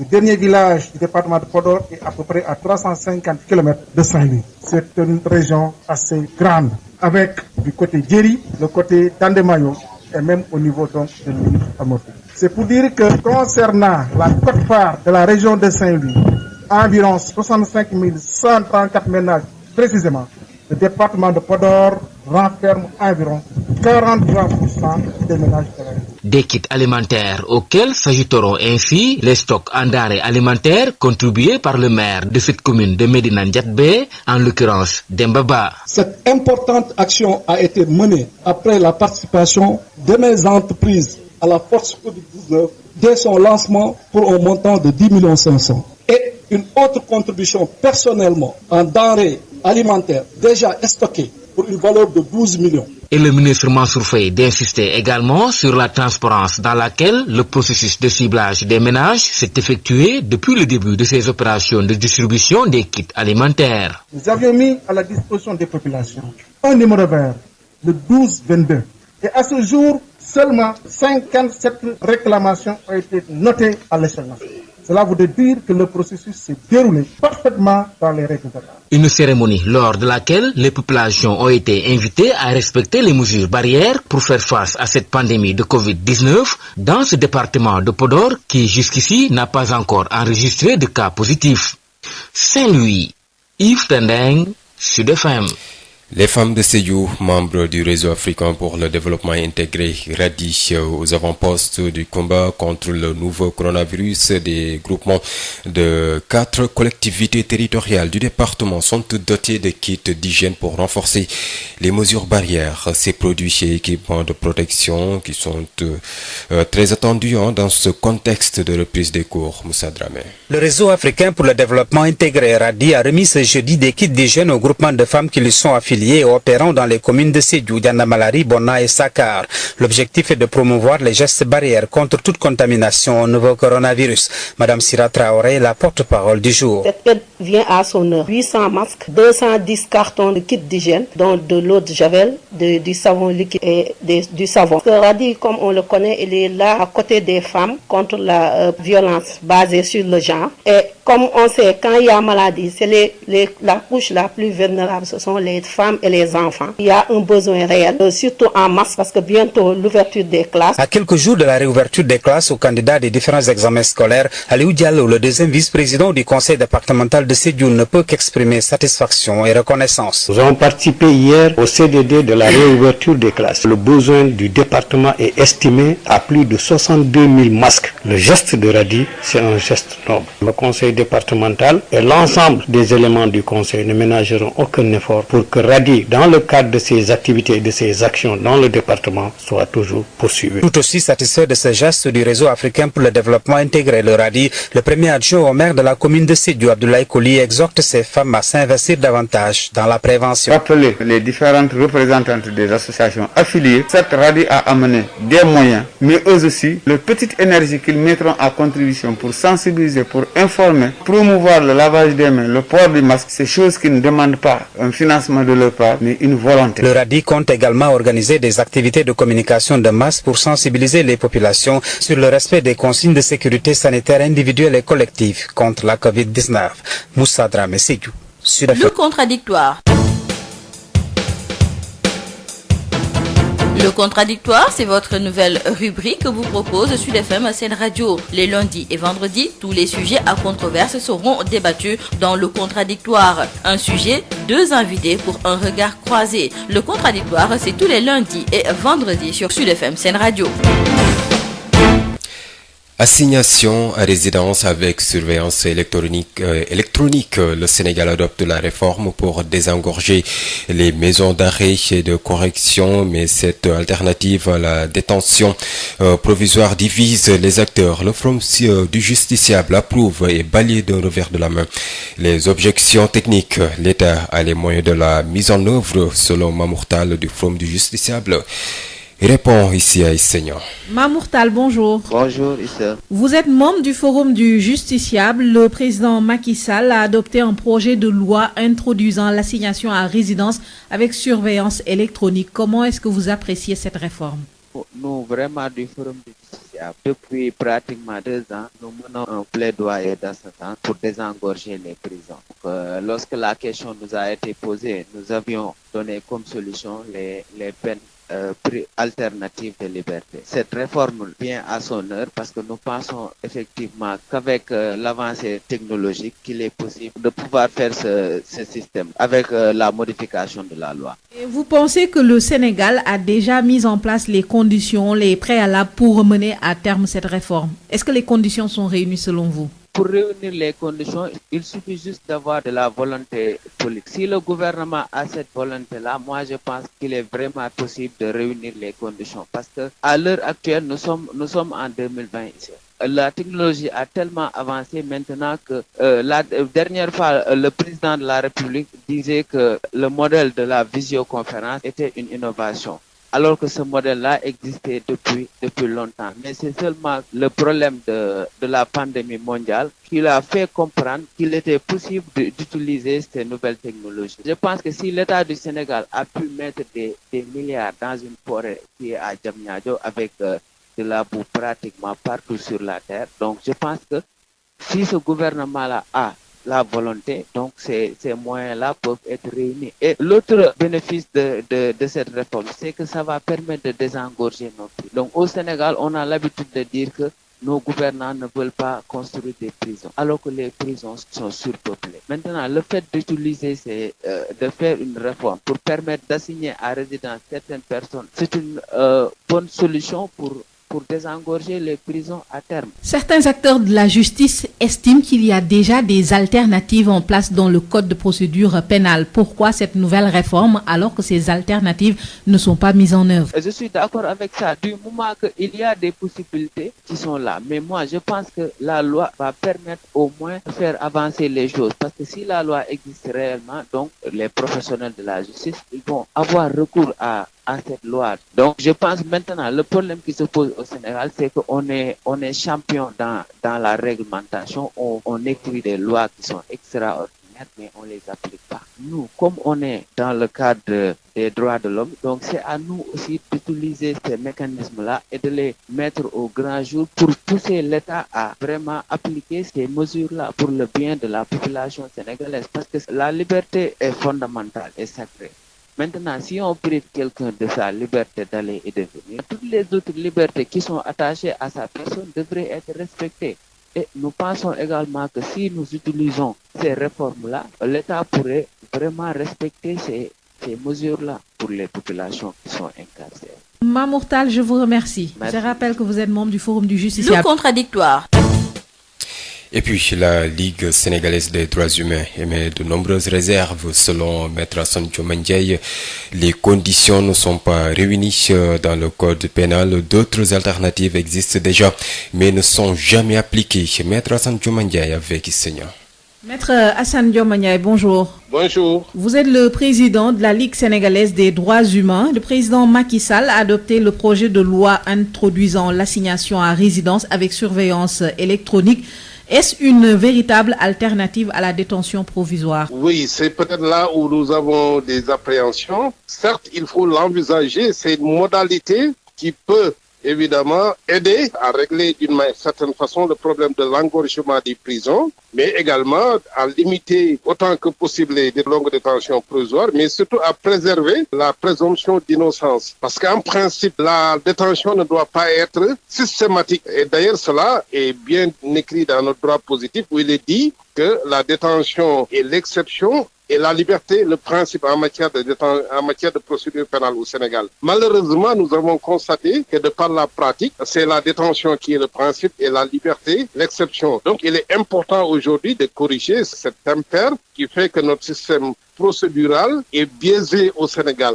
Mais nous avons toujours dit qu'il faut d'abord agir sur des leviers, des fondamentaux rudimentaires qui sont là, avant d'aller vers une sophistication qui appellerait évidemment beaucoup de moyens de la télématique, de l'électronique et qui ne pourraient pas bénéficier à tout le monde. Au moins, nous avons un certain nombre de principes que nous pourrons mettre en œuvre et la surveillance électronique viendrait comme un couronnement d'un système bien huilé. Mais là, nous craignons effectivement que nous allions vers ce qu'on dit une charrue avant les bœufs, ou en tout cas que nous allons vers un empressement qui ne pourrait être bénéfique pour la protection des droits fondamentaux des personnes de façon générale. Et où est-ce que vous pensez que cela va bloquer au-delà des moyens techniques? Je pense d'abord que ce système ne pourrait être qu'un palliatif à des incorrections qui persisteraient après que nous ayons épuisé toute la panoplie de moyens juridiques qui sont à notre disposition. Je pense d'abord qu'on aurait pu régler le problème de la détention provisoire en matière criminelle, le problème de la limitation. Aujourd'hui au Sénégal, vous pouvez être détenu pendant 5 ans, 6 ans, 7 ans, 8 ans, parce qu'il n'y a pas une limitation légale. Le juge d'instruction n'est astreint à aucune limite. Ça, c'est un premier fait. Le deuxième fait, c'est l'absence d'un juge de la détention et de la liberté. Ce qui fait que tous les pouvoirs sont concentrés entre les mains du parquet, qui poursuit, qui décide de la détention ou pas, et subsidiairement le juge d'instruction. Mais le juge de la liberté aurait dû être un tampon entre le procureur et la personne poursuivie, ou entre le juge d'instruction et la personne poursuivie. Donc, si nous avions mis en branle ces garanties, auraient réduit au minimum le problème de la détention provisoire, par exemple. Et la surveillance électronique ou le placement en résidence électronique, en surveillance électronique, viendrait en correction si la personne exprime le souhait d'être soumis à cette surveillance électronique. Parce que c'est pas évident, ça ne peut pas être systématique. Mais si, a priori, nous faisons de cette surveillance électronique l'élément de base comme moyen, soit de la limitation de la détention provisoire ou d'un désengorgement des prisons, évidemment, on risque de passer à côté. Parce que d'abord, il n'est pas évident que nous aurons les moyens de cette politique. Donc aujourd'hui, il y a des craintes que nous n'ayons pas ces moyens. On parle de géolocalisation, on parle de système de surveillance par GPS. Vous voyez, c'est des moyens extrêmement colossaux et il n'est pas évident que cela puisse profiter à tout le monde, même si aujourd'hui le ministre de la Justice nous parle d'une société sénégalaise qui serait capable, à partir d'une puce, de localiser une personne où qu'elle se soit. Mais nous savons les aléas de l'électronique, de la télématique, donc c'est pas évident. Donc,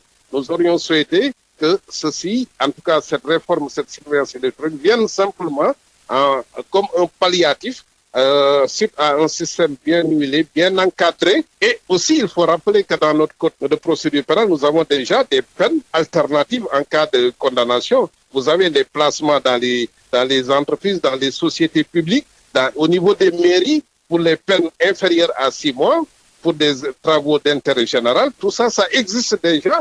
Et on n'a pas fait l'évaluation de ces dispositions. Aucune mesure d'accompagnement n'a été prise par l'État. Une autre préoccupation que vous avez, Maître Assane Dioma Ndiaye, vous craignez la stigmatisation. Oui, là également, il est important que la population s'approprie cette réforme, en tout cas cette nouvelle dimension qu'il va falloir intégrer dans les mentalités. Il faut, de part, comme je l'ai dit, si nous nous étions attelés à faire en sorte que la détention ne soit pas le principe, les Sénégalais auraient compris que même étant dans le cadre d'une procédure judiciaire, même ayant maille à partir avec la justice, on pourrait être en liberté. Mais malheureusement, dès que la personne est convoquée ici à la police ou à la gendarmerie, on dit qu'il a fait un crime, il a fait une infraction répréhensible et on se prépare à un placement sous mandat de dépôt. Donc déjà, il y a une sorte de culture de la détention et forcément de la culpabilité. Tout ça, c'est important. Préparer psychologiquement. Il faut une acculturation des populations par rapport à ce phénomène auquel nous serons appelés à adopter et de vivre avec des personnes qui portent un bracelet. Donc, je pense qu'on aurait pu aller doucement, préparer les populations, faire en sorte que la détention soit l'exception d'abord et forcément les populations allaient s'approprier ce genre de mesures qui pourraient intervenir. Maître Assane Dioma Ndiaye, je vous remercie. Oui, c'est moi qui vous remercie. Je rappelle que vous êtes le président de la Ligue sénégalaise des droits humains. Merci également à vous, enseignants. À présent, Sud Éducation. Sud Éducation. Nous sommes des enfants. Tenir un enfant par la main, l'aider à traverser les âges, à affronter la vie en toute quiétude. Tu lèves un genou. Sud Éducation. Info, astuces et conseils pour encadrer au mieux les enfants dans leurs études, leurs loisirs et leur bien-être. Sud Éducation, la toute nouvelle émission de Sud FM en compagnie de Mariem et Aïda. Tu lèves un genou, tu lèves l'autre genou et maintenant tu sautes. Bonjour chers auditeurs, bienvenue dans ce numéro 88 de Sud Éducation en compagnie de Mariem. Bonjour Mariem. Bonjour Aïda. Mariem, comme promis aux auditeurs la semaine dernière, nous allons continuer la série de questions que nous recevrons sur notre page Facebook. Je vais te poser la première question qui est celle d'Alassane et qui est la suivante. Mon fils a des problèmes scolaires depuis des années. Il est au CM2. Il a accumulé beaucoup de retard. Il a des problèmes d'indiscipline. Il ne suit pas du tout en classe. Alors, nous avons tout essayé. Le changer d'école, les répétiteurs, lui faire la classe nous-mêmes. Rien ne marche. Nous avons fini par décider de le retirer de l'école, où il est très malheureux face à ses résultats médiocres. Mariem, Alassane est désespéré. Que faudrait-il faire ?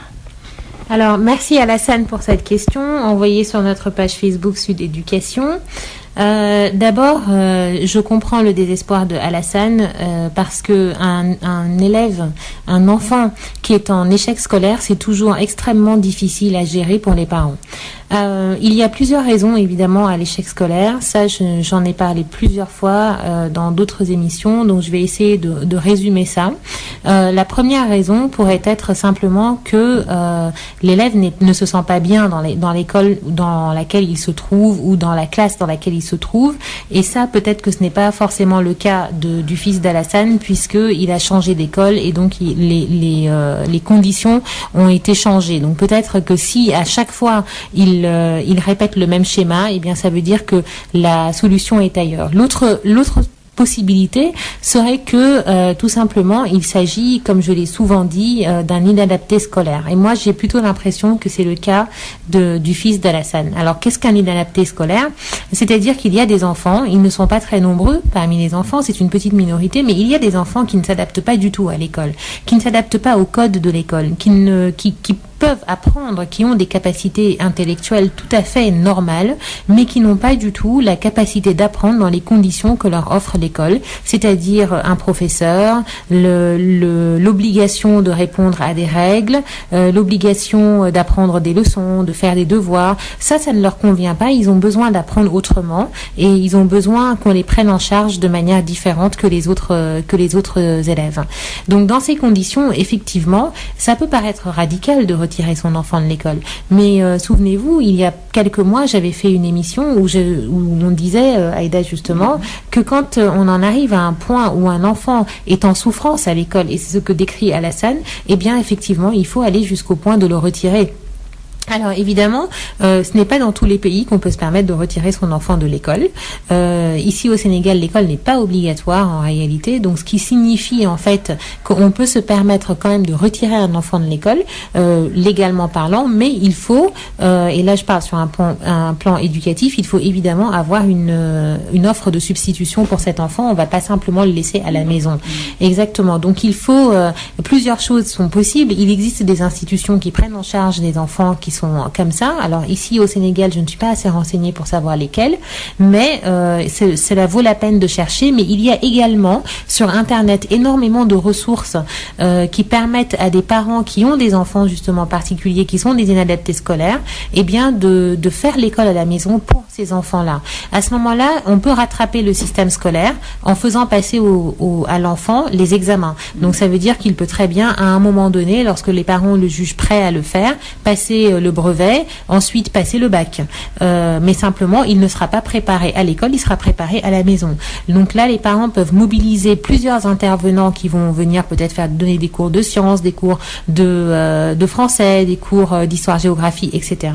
Mais de manière très différente de l'approche de l'école, de façon à ce que l'enfant ne soit pas non plus complètement coupé de sa possibilité d'apprendre et d'avancer. Alors, il faut se rapprocher de spécialistes de l'éducation. Ça, c'est vraiment très important. Il faut presque, quand on a un enfant comme ça, il faut vraiment se mobiliser au maximum. C'est-à-dire qu'on ne peut plus être aussi passif et attentif que peut l'être, on va dire, un parent qui envoie simplement son enfant à l'école et qui va se contenter de regarder, de vérifier qu'il a fait ses devoirs et appris ses leçons. Là, il faut devenir un parent qui est un très fort acteur de l'éducation de son enfant, se renseigner au maximum, ne pas hésiter à essayer plusieurs choses, plusieurs recettes entre guillemets, jusqu'à ce qu'on tombe vraiment sur ce qui convient à l'enfant. Alors, vis-à-vis de la relation que l'on a à l'enfant, il ne faut surtout pas lui dire qu'il est en échec. Il faut au contraire lui dire qu'en réalité, il est particulier et que parce qu'il est particulier, on va mettre en place des conditions particulières pour lui et pour justement lui permettre d'être sur le chemin de la réussite. Il ne faut pas en fait que cet enfant devienne carrément se sente lui-même comme un rat de laboratoire. Donc il faut vraiment l'accompagner avec des paroles qui sont extrêmement rassurantes. Bon, j'espère vraiment, Alassane, que ces quelques conseils vont pouvoir vous aider et aider d'autres parents qui se trouvent dans la même situation que vous et surtout donnez-moi des nouvelles. D'autant plus, Mariam, que parfois on passe à côté d'enfants surdoués dans des cas pareils. Absolument, c'est vrai que ça c'est un autre cas que j'aurais pu aborder. C'est vrai, la douance, parce que il y a des enfants, effectivement, l'école les ennuie tellement fortement qu'ils décident finalement de ne pas faire ce qu'on leur demande, de ne pas apprendre les leçons, de ne pas suivre les cours parce qu'en fait c'est trop peu challenging en fait. C'est-à-dire c'est pas un défi pour eux que de le faire et donc ils choisissent simplement de ne pas le faire. Alors ça, il existe des tests sur Internet aussi, qui sont des tests de QI. Alors, en la matière, je ne conseille pas du tout quand même d'aller tout seul sans accompagnement sur ces tests-là. Certains psychologues ou pédopsychiatres peuvent faire passer des tests de QI à des enfants, ce qui peut permettre justement de savoir est-ce qu'ils sont surdoués ou non. Et là encore, il existe des institutions spécialisées pour prendre en compte les enfants surdoués.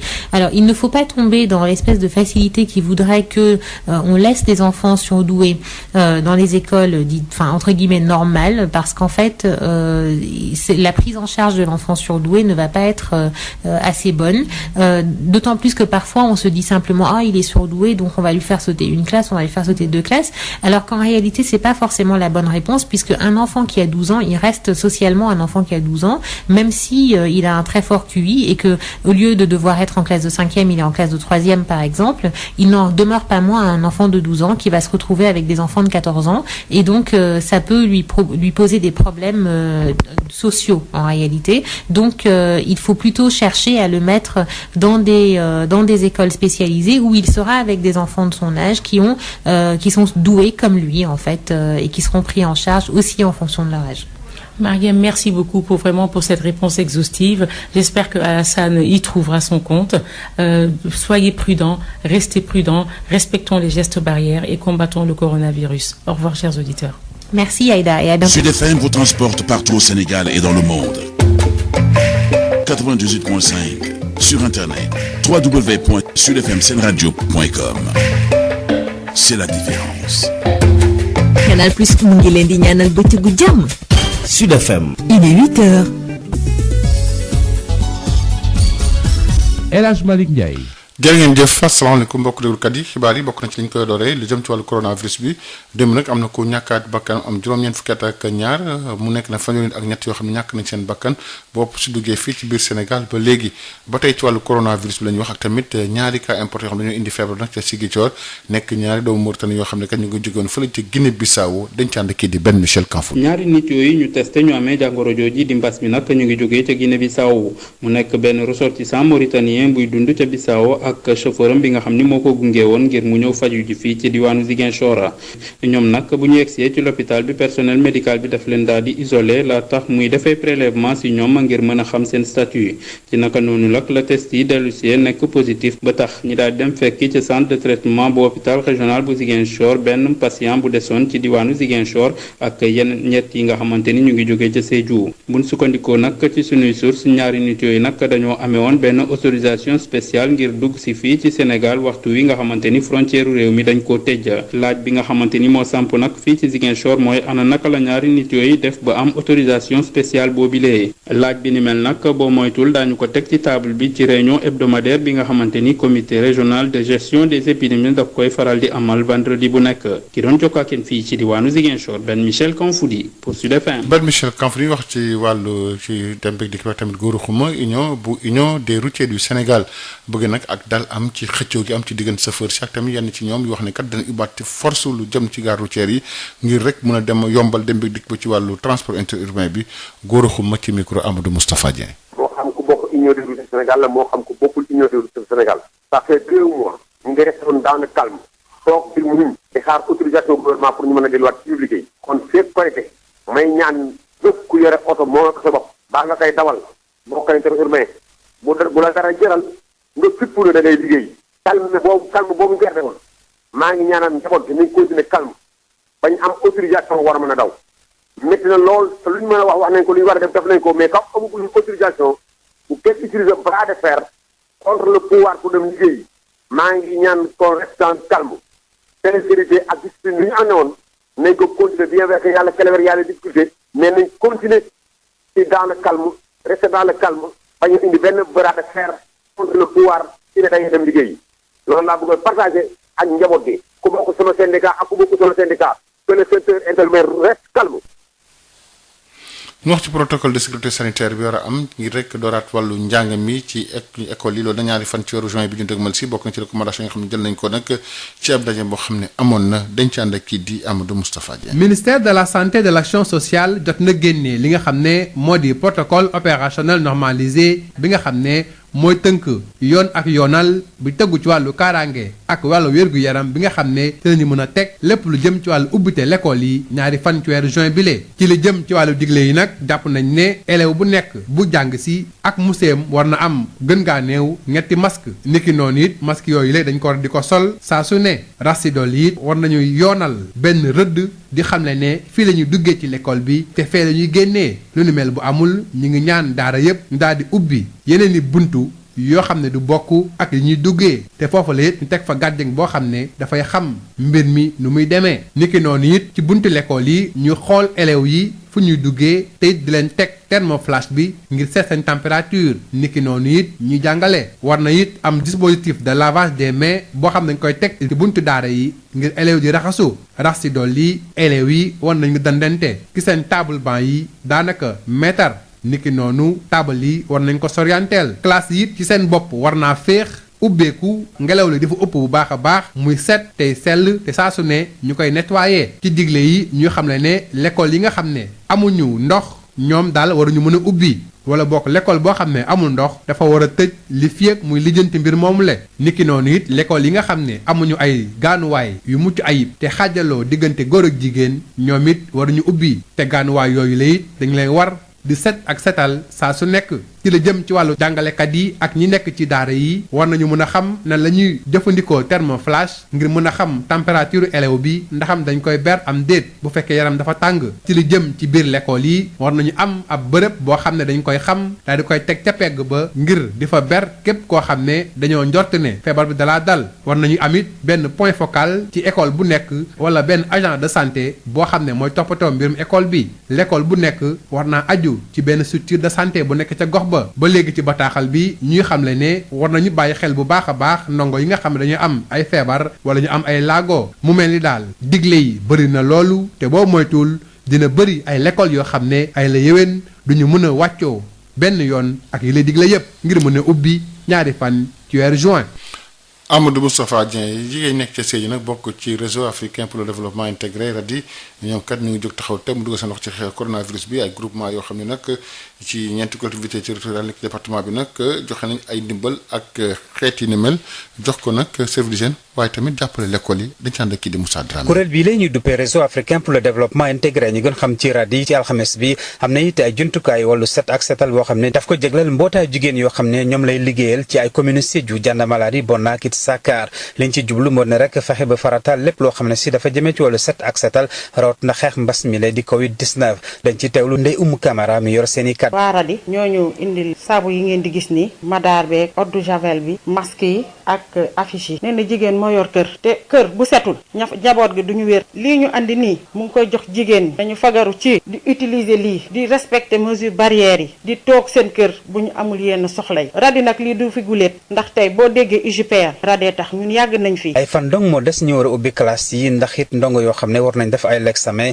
ci loolee it kii di Aliou Diallo nekk deuxième vice-président conseil départemental bu Sédhiou bég lool ci jàppandi boo xam ne def nañ ko jëntukaay yooyu la. préfet dafa woote xam ngeen ne suñu doom yi dañu war a ñëwaat duggaat ci école bi parce que dañu war a def seen examen tey département bi yëpp lu ñu soxla ci masque ëpp na 62 000 masques conseil départemental lépp loo xam ne RADI soxla na ko fii ci collectivité yi dinañu takk suñu ndigg lépp lu ñu soxla ñu mën a leen ko defal. nekk noonu it bég lool ci jumtukaay yi lay ñu jëbal jigéen yi ki di Abdoulaye Koli nekk premier adjoint au maire de la commune de Sédhiou mi ngi soñu jigéen yi ñi gën ci taxaw bu baax gën yaatal wàllu set ak setal aar wopp bi la. organisation yi nga xam ne ñi affilié à RADI maa ngi leen di gërëm di leen encourager ci activité bu ñu war a développer sur le terrain di leen wax ne que RADI def na lu mu mën a def contribuer ci sensibilisation contribuer ci informer lu tax dañuy war a raxas suñu loxo porter le masque pour que vraiment nit ñi jël ko habitude. kuréel bii lay di RADI sopp na lool amal yeete bu yaatu di ay communication yoo xam ne fas yéene na ko def gën ko yaatal ngir it lépp loo xam ne si moo jëmee ci wàllu taxawaay kenn ku nekk ak it mbooloo moo xam ne moom la ñu war a def ngir it ñu mën a aar mbas mi lay di Covid 19 ki si doon jokkoo ak yéen Sédhiou Moussa Dramé Sud FM. Moussa Dramé wax ci démb nag dañu doon jëmmal lu jëm ci opération distribution kit alimentaire yi ci nag yenn gox yi ca seen dara nag am na lu toll 65 134 ménages yoo xam ne kat war nañ soxla nag ndimbal yooyu noonu ñuy jàpp ne nag loolu mu ngi amoon ca département Podor cérémonie officielle bi nag mu ngi amoon ci Médina Ndiatbé département Podor dañ ci ànd kii di Yves Tendeng. ñoo ngi toll ci lu ëpp juróom-benn fukki junni ak juróom ci ay njaboot yi nga xamee ni nar nañu jot ci kit alimentaire yi bàyyeeku ci force Covid 19 fii ci région bu Ndar.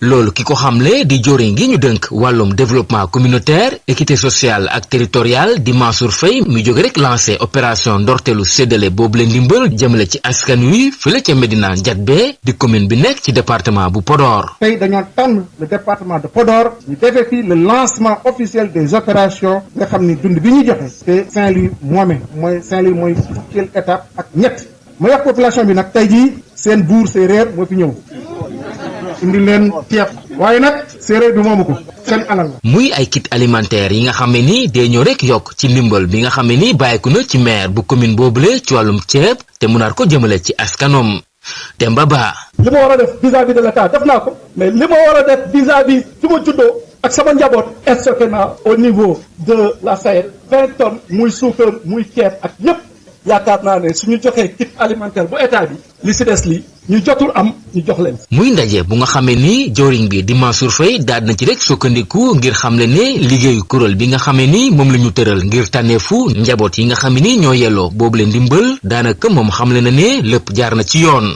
contestation amul am nañ benn numéro vert boo xam ne teg nañ ko muy le 12 22 waaye ba fii may wax ak yéen y a que 57 réclamations maanaam juróom fukk ak juróom-ñaar réclamation ñoo ci am ci Sénégal gi yëpp ci 1 million li nga xam ne ménage yi ñu tànn y a que 57 de réclamations lu ñuy amagum ci numéro vert boobu loolu mooy wane lan mooy tànnee fi jaar na yoon. ci biir ndaje bi askan wi diwaan googule daanaka ñaax nañu leen ngir ñu respecter mesures barrières yi ngir xeex mbas mi di Covid-19 ci biir département bu Podor bi nga xam ne ni ba tey ji amagul cas positif biñ fa nemmeeku ki doon jokkoo ak yéen fii ci Saint-Louis Yves Tendeng Sud FM. Le contradictoire. Le contradictoire di wute gis-gis ci ñaari kàngam yu bokk benn yoon ku nekk ak sa gis-gis ku ne itamit ak ni nga koy càmbaree. Le contradictoire di pàcc bu bees bu leen Sud FM jagleel ci xibaaru suba si ngeen koy am altine ak àjjuma. tey yi nag le contradictoire moom dafay taxaw seetlu ci li jëm ci wàllu assignation résidence ak tamit surveillance électronique bi nga xam ne wax nañ ko keroog ci conseil des ministres loolu nag ngir rek fexe nag ba yolomalal li nga xam ne rek moom moo jëm ci wàllu prix kaso yi ak li ni mel maanaam daal ngir rek féexal kaso yi ak li ni mel ki ñu ci njëkk àndal tey jii moom moo Mamour Tall bokk forum du justiciable laaj ak tontu dox ci digganteem ak Adja Issa Niang.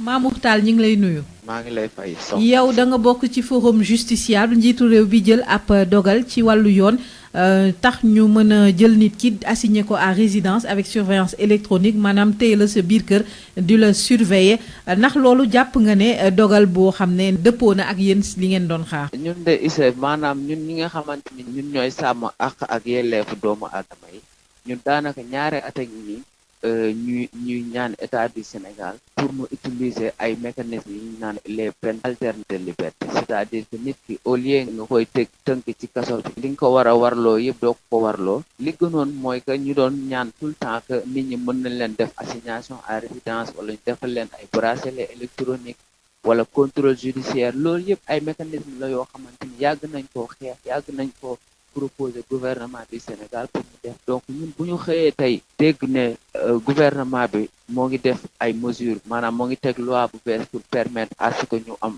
possibilité yooyu daanaka loolu ñun dañ ciy sant yàlla parce que dañuy xam ne sunu Sénégal ni mu mel prison yi ni mu bëree ay nit su ñu defee mesures yu mel noonu dina permettre au moins ñu wàññi kaso yi feesaay bi mu fees parce que kaso yi fees na lool ci Sénégal gii ñu nekk ñun dañoo jàppoon bu yàgg ne loolu noonu mooy possibilité yi nga xamante ni mën na permettre à ce que ñu wàññi nit ñi nekk ci kaso yi ak feesaayi kaso yi daal ñun daal mesure boobu ñu ngi koy rafetlu bu baax a baax a baax. waaye ndax jàpp nga ne lu jëm ci wàllu jumtuwaay yi muy ci wàllu koom nit ak électronique Sénégal dina mën a taxawal réforme bi. waaw ñun li ñuy wax tout le temps daanaka mooy que gouvernement fi ñu toll nii en 2020 nga xamante ni problème feebar bi am ci monde bi dirigeant yi nangootuñ dem fenn lépp lu ñuy def conférence visioconférence lañ koy defee donc ñu gis ne même président mu ngi si doon wax fan yee si ginnaaw bi mu defee conseil des ministres ne visioconférence dafa nekk benn affaire boo xamante ni maanaam innovation la alors que loolu noonu existe na fu yàgg dafa fekk juste que instant yi mënatuñoo dem mënatuñoo dikk loolu rek moo tax ñu daal di ci intéressé mais ñun dañoo jàpp ne ñun gouvernement du Sénégal bu mënee jël àll bu mel ni jëm ñaar nga xamante ni ay ñax ak ay ban kese fa nekk mu mën fa def ay milliards ba mën faa génn ay immeuble ay nit mën faa xalaata dëkk loolu ñun jàpp nañ ne bis bu si état bi defee xaaj wala xaajaat bi maanaam mesure yooyu dina mën a nekk ndax lu defar bracelet électronique ak lu assigné nit à résidence je pense que police ak justice war nañ leen mën a yokkal ay jumtukaay ba ñu mën a xam ne nit ki buñ la assigné à résidence defal la bracelet électronique boo génnee sa buntu kër wala boo génnee sa biir koñ dina sonné ci police wala gendarmerie bi la gën a jege pour ñu mën laa dem jëli bu fekkee dangaa bëgg a daw dem sa yoon. waaye jamono yu ñuy indi réforme bi fekk na mu am yeneen yoon yoo xam ne mënoon naa may ñu topp nit yi te du soxla ñu tëj leen ràpp te kenn topp ko. loolu la ñuy wax tout le temps naan ñun Sénégal ñun cet bi ñu am mooy que dañoo mën a def ay loi maanaam ñun voté ay loi moom ñun ñoo ko dàq ci àdduna bi waaye bu desee application bi rek mu daal di poser problème moo tax ñu xalaat ne daal ne comme am na ay yeneen jumtukaay comme liñ naan ay contrôle judiciaire ay yooyu yëpp am na mais li posé problème mooy que yooyu noonu suñu justice ci boppam duñu faral di ko avocat yi nag dinañ faral di ko ñaanal seen clients yi mais justice bi ñoom duñ ko appliquer mais bu ñu gisee ne gouvernement am na volonté pour andiwaat ay réformes yu bees day tax jumtukaay yi ñu fi jot a am ak yi nga xamante ne mooy yu bees yooyu yëpp dina tax léegi avocat buñ koy commencé di utiliser bu baax bu boobaa léegi comme juge xam nañ ne état bi am na volonté boobu ñoom tamit dinañ ci jàpp ci liggéey bi pour mën a permettre nit ñi ñuy mën a toog seen kër ñi leen assigné à résidence wala ñu leen defal bracelet électronique ngay dem ak di dégg parce que loolu li muy permettre mooy que liberté dafa nekk lu sacré si nit donc nit buñ la xañee sa liberté rek yeneen droit yi nga xamante ni yëpp àq ak yelleef yu nit am war nañ la ko respecter mais buñ la ko respecter lu xañ la sa liberté loolu dafay metti moo tax ñu jàpp ne bu ñu utiliser réforme bu bees bi appliquer ko normalement kon prison yi dinañ désengorger bu baax a baax loolu daal am nañ ci yaakaar. Mamour Tall ñu ngi lay gërëm di la sant. itam maa ngi lay kontaane jërëjëf. ma fàttali ne yow da nga bokk ci forum du justiciable. yow tam ñu ngi lay sant di la gërëm ba Adja Issa Niang Ligue sénégalaise des droits de l'homme nag ñoom am nañ ci yoo xam ne nag leeru seen bopp kii di mel Assane Dioma nee na nag lépp matewuñ ko donte sax code pénal bi nag am na ci yu bëree bëri yoo xam ne saafara nag waaye kenn mësu ko jëfandikoo Maître Assane Dioma Ndiaye ba tey ci micro Adja Issa Niang. Maître Assane Dioma Ndiaye ñu ngi lay nuyu. maa ngi leen di fay. yow yaa jiite Ligue sénégalaise des droits humains njiitu réew bi Macky Sall daal di jël projet de loi boo xam ne dañuy indi assignation à résidence maanaam ku ñu war a téye nga toog sa kër ak surveillance électronique ban gis-gis nga am ci dogal bi ni mel. loo xam ne rek dafay ormal doomu aadama dafay fexe ba doomu aadama bi même bu nekkee ci tolof ñu bañ ko ñu may ko chance mu resocialiser wu surtout mu mun a amender wu parce que mun nga def infraction du tax ne yow doo nit koo xam ne waruñu la boo dañ la wala ber wala dañ la tëye forcément ci kaso nit ki bu présenter ay garantie de représentation surtout nag ñu ne buñ la toppee ci kaw yoon waxuñu ne yaa def dañ lay topp mais am nga présomption d'innocence attewuñ la waxuñu la ne yaa def dañ la ne rek am na charge yoo xam ne tegu na sa kaw ñu ngi seet ndax loolu am na wala amul donc ci contexte boobu bu ñu indee ne dañuy indi bracelet boo xam ne dañ la koy takkal moo xam ci loxo wala ci tànk boo xam ne même bu fekkee ne ñu ngi lay topp ci yoon dañ lay bàyyi nga nekk sa kër mais dañuy fexe ba di mun a am bët ci yow bracelet bi dafay may foo nekk ñu mën a xam ne yaa ngi foofu loolu jàpp naa ne bu munee am loolu dañ koy rafetlu mais dañu jàpp ne xëy na nag ni ñu doxalee moom moo ñu indil tuuti ay réticence wala ay appréhension parce que jàpp nañ ne bracelet électronique sophistication la dañuy suñ justice bi dafa am ay loo xam ne jéego yoo xam ne waroon na ko dox laata ñuy egg ci bracelet boobu parce que bracelet bi dafa doon loo xam ne rek bu ñu defee li ñu war a def yëpp ba nga xam ne nag am na loo xam ne dañ ko war a gën a dolli ci li ñu def ñu indil ko pour ñi nga xam ne dinañ ko nangu parce que loolu mënuñu la def bracelet électronique tant que yow d'accord ne man nañ ma ko tegal. tey jii yan ñooy gàllankoor yu gën a mag yi tax mënuñu tëral loi bi ni mel. dafay laaj ay moyens yoo xam ne ak ay technologie boo xam ne wóorul ne foo nekk ci Sénégal dinañ la ko mën a appliquer par exemple boo demee dëkk bu mel ni France pour ñu appliquer la ko il faut nga am ligne téléphonique sa kër ñaareel bi il faut nga am domicile fixe te loolu yëpp wóorul ndax ñi ñuy téye ci yoon ñëpp am nañ domicile ñetteel bi aussi xam nga dafa doon contexte boo xam ne fii ministre bi mu ngi wax géolocalisation ay puces comme puce portable la ñuy def ci lam bi mais loolu sax même mun nga dem puce bi am défaut wala mu am défaillance système bi du doxati parce que électronique kenn mënu ko maîtriser donc mënuñu ko def comme arme boo xam ne mooy modalité principale pour ñu xeex téye ndiku yu yàgg yi wala ñi nga xam ne dañ leen a tëj ay peine yu ndaw ñu bañ leen a bàyyi ñu téye leen ci kaso bi alors que mënoon nañ leen a bàyyi ñu dem génn ci biti ba seen peine jeex ñu daal di leen dindil bracelet bi li ñu waroon a def mooy d'abord am na ñaari jumtukaay yoo xam ne mënoon nañ koo jël benn bi bu njëkk mooy tey boo defee délit kenn mënu la tey lu ëpp juróom benn weer ci enquête loolu mënoon nañ fexe nag ba bu doonee crime ñu ne kenn mënu la tey lu ëpp at parce que tey da ngay gis kuñ ne crime lañ la toppee ñu téye la juróomi at wala fukki at xëy na la defoo dara parce que loolu li ko indi rek mooy new joxuñu juge d'instruction yi benn diir boo xam ne boo enquête sa enquête jeexul nga bàyyi doomu aadama bi ñaareel bi li ñuy wax juge de la détention et de la liberté loolu su amoon tey parce que tey bu la procureur toppee buñ la indee ci moom mooy seet ndax daf lay téye wala daf lay may liberté wala juge bi nga xam ne moom lay jébbal dossier bi daf lay téye wala daf lay bàyyi bu amoon nag benn juge bu nekk diggante ki ñuy topp ak procureur wala juge d'instruction boobu juge boobu mooy xool bu la xoolee ba nga xam ne yow am nga kër régulièrement domicilié am nga njaboot am nga liggéey juge boobu moo naan man dama lay bàyyi nga dem sa kër heure buñ la soxlaa nga ñëw te loolu du jar sax bracelet électronique parce que juge bi mooy apprécier say garantie de représentation donc buñ tëraloon réforme yooyu ba pare nag indi bracelet bi mu tegu ci loolu ñun dinañ ko mën a nangu dafa laaj waxtaan bu yaatu ñu daal di ci boole ñi ci war a dugg ñëpp tey réforme yi seet nañ ne Sénégal ni muy doxee daal waxtaan wi ci war du am dañuy xëy rek ñu def benn annonce xëy na mun na doon loo xam ne dañ ko rafetlu mais ñun praticiens yi ak suñ li ñu am expérience bi au niveau international may nañu ñu am dal boo xam ne il faut ñu wax li ay ñu teel a artu daal. nga ragal tamit li nga xam ne moom mooy beddi bu mu war a mën a indi ci biir askan wi. waaw parce que d'abord li ma wax nii ne d'abord bu fekkoon ne njëkkoon na ñoo fexe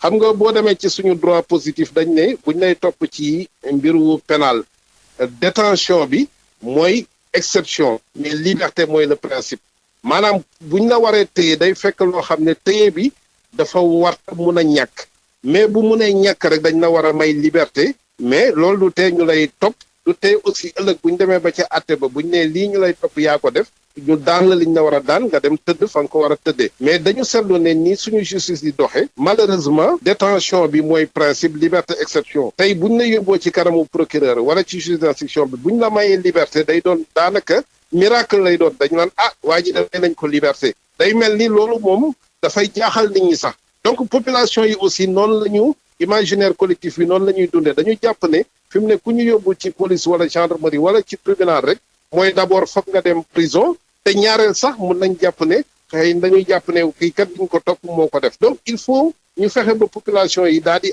acculturé wu la ñuy wax approprié wu fi nga xam ne fa la ñu war a dem bu doonee surveillance électronique te loolu li koy mun a indi mooy li ma wax ni ñu fexe ba désormais ñu daal di indi juge boo xam ne moom li ko tax a jóg rek du téye doomu aadama yi moom juge bu libre la nekkul ci ndigalu procureur wala ndigalu état bi wala nekkul ci aussi wetu défense bi mooy koo xam ne juge neutre la day apprécier rek ndax nit ki li mu def téye bi est-ce que jar na ko wala jaru ko te fi may daaneel aussi gis nga suñu système procédure tey am na buñ la daanee peine bu gën a néew juróom-benni weer tey may na juge bi lay àtte bu bañ laa yóbbu kaso mu yóbbu la ci benn société wala yóbbu la ci benn mairie ngay def travaux d'intérêt général mais tey juge yi loolu sax mënuñu ko appliquer parce que dañ naan buñ la yóbboo ci benn maire bi day wax ne man aw mu fu ma dugal ngóor si boo ko yóbboo ci Sénélec directeur général bi daan man kat sama bërëbu liggéeyukaay bu nu ma fi jël koo xam ne prison la jóge dafa am benn stigmatisation boo xam ne xeexaguñ ko ci suñu biir ay réforme yoo xam ne am na defuñu évaluation bi moo tax mënuñu tëbatëb rek soobu ci lu bees lu mel noonu sans pour autant nag ñu am waxtaan bu mu lal ñu gën koo préparer. Maître Assane Dioma Ndiaye ñu ngi lay gërëm di la sant. voilà maa ngi leen di gërëm yéen.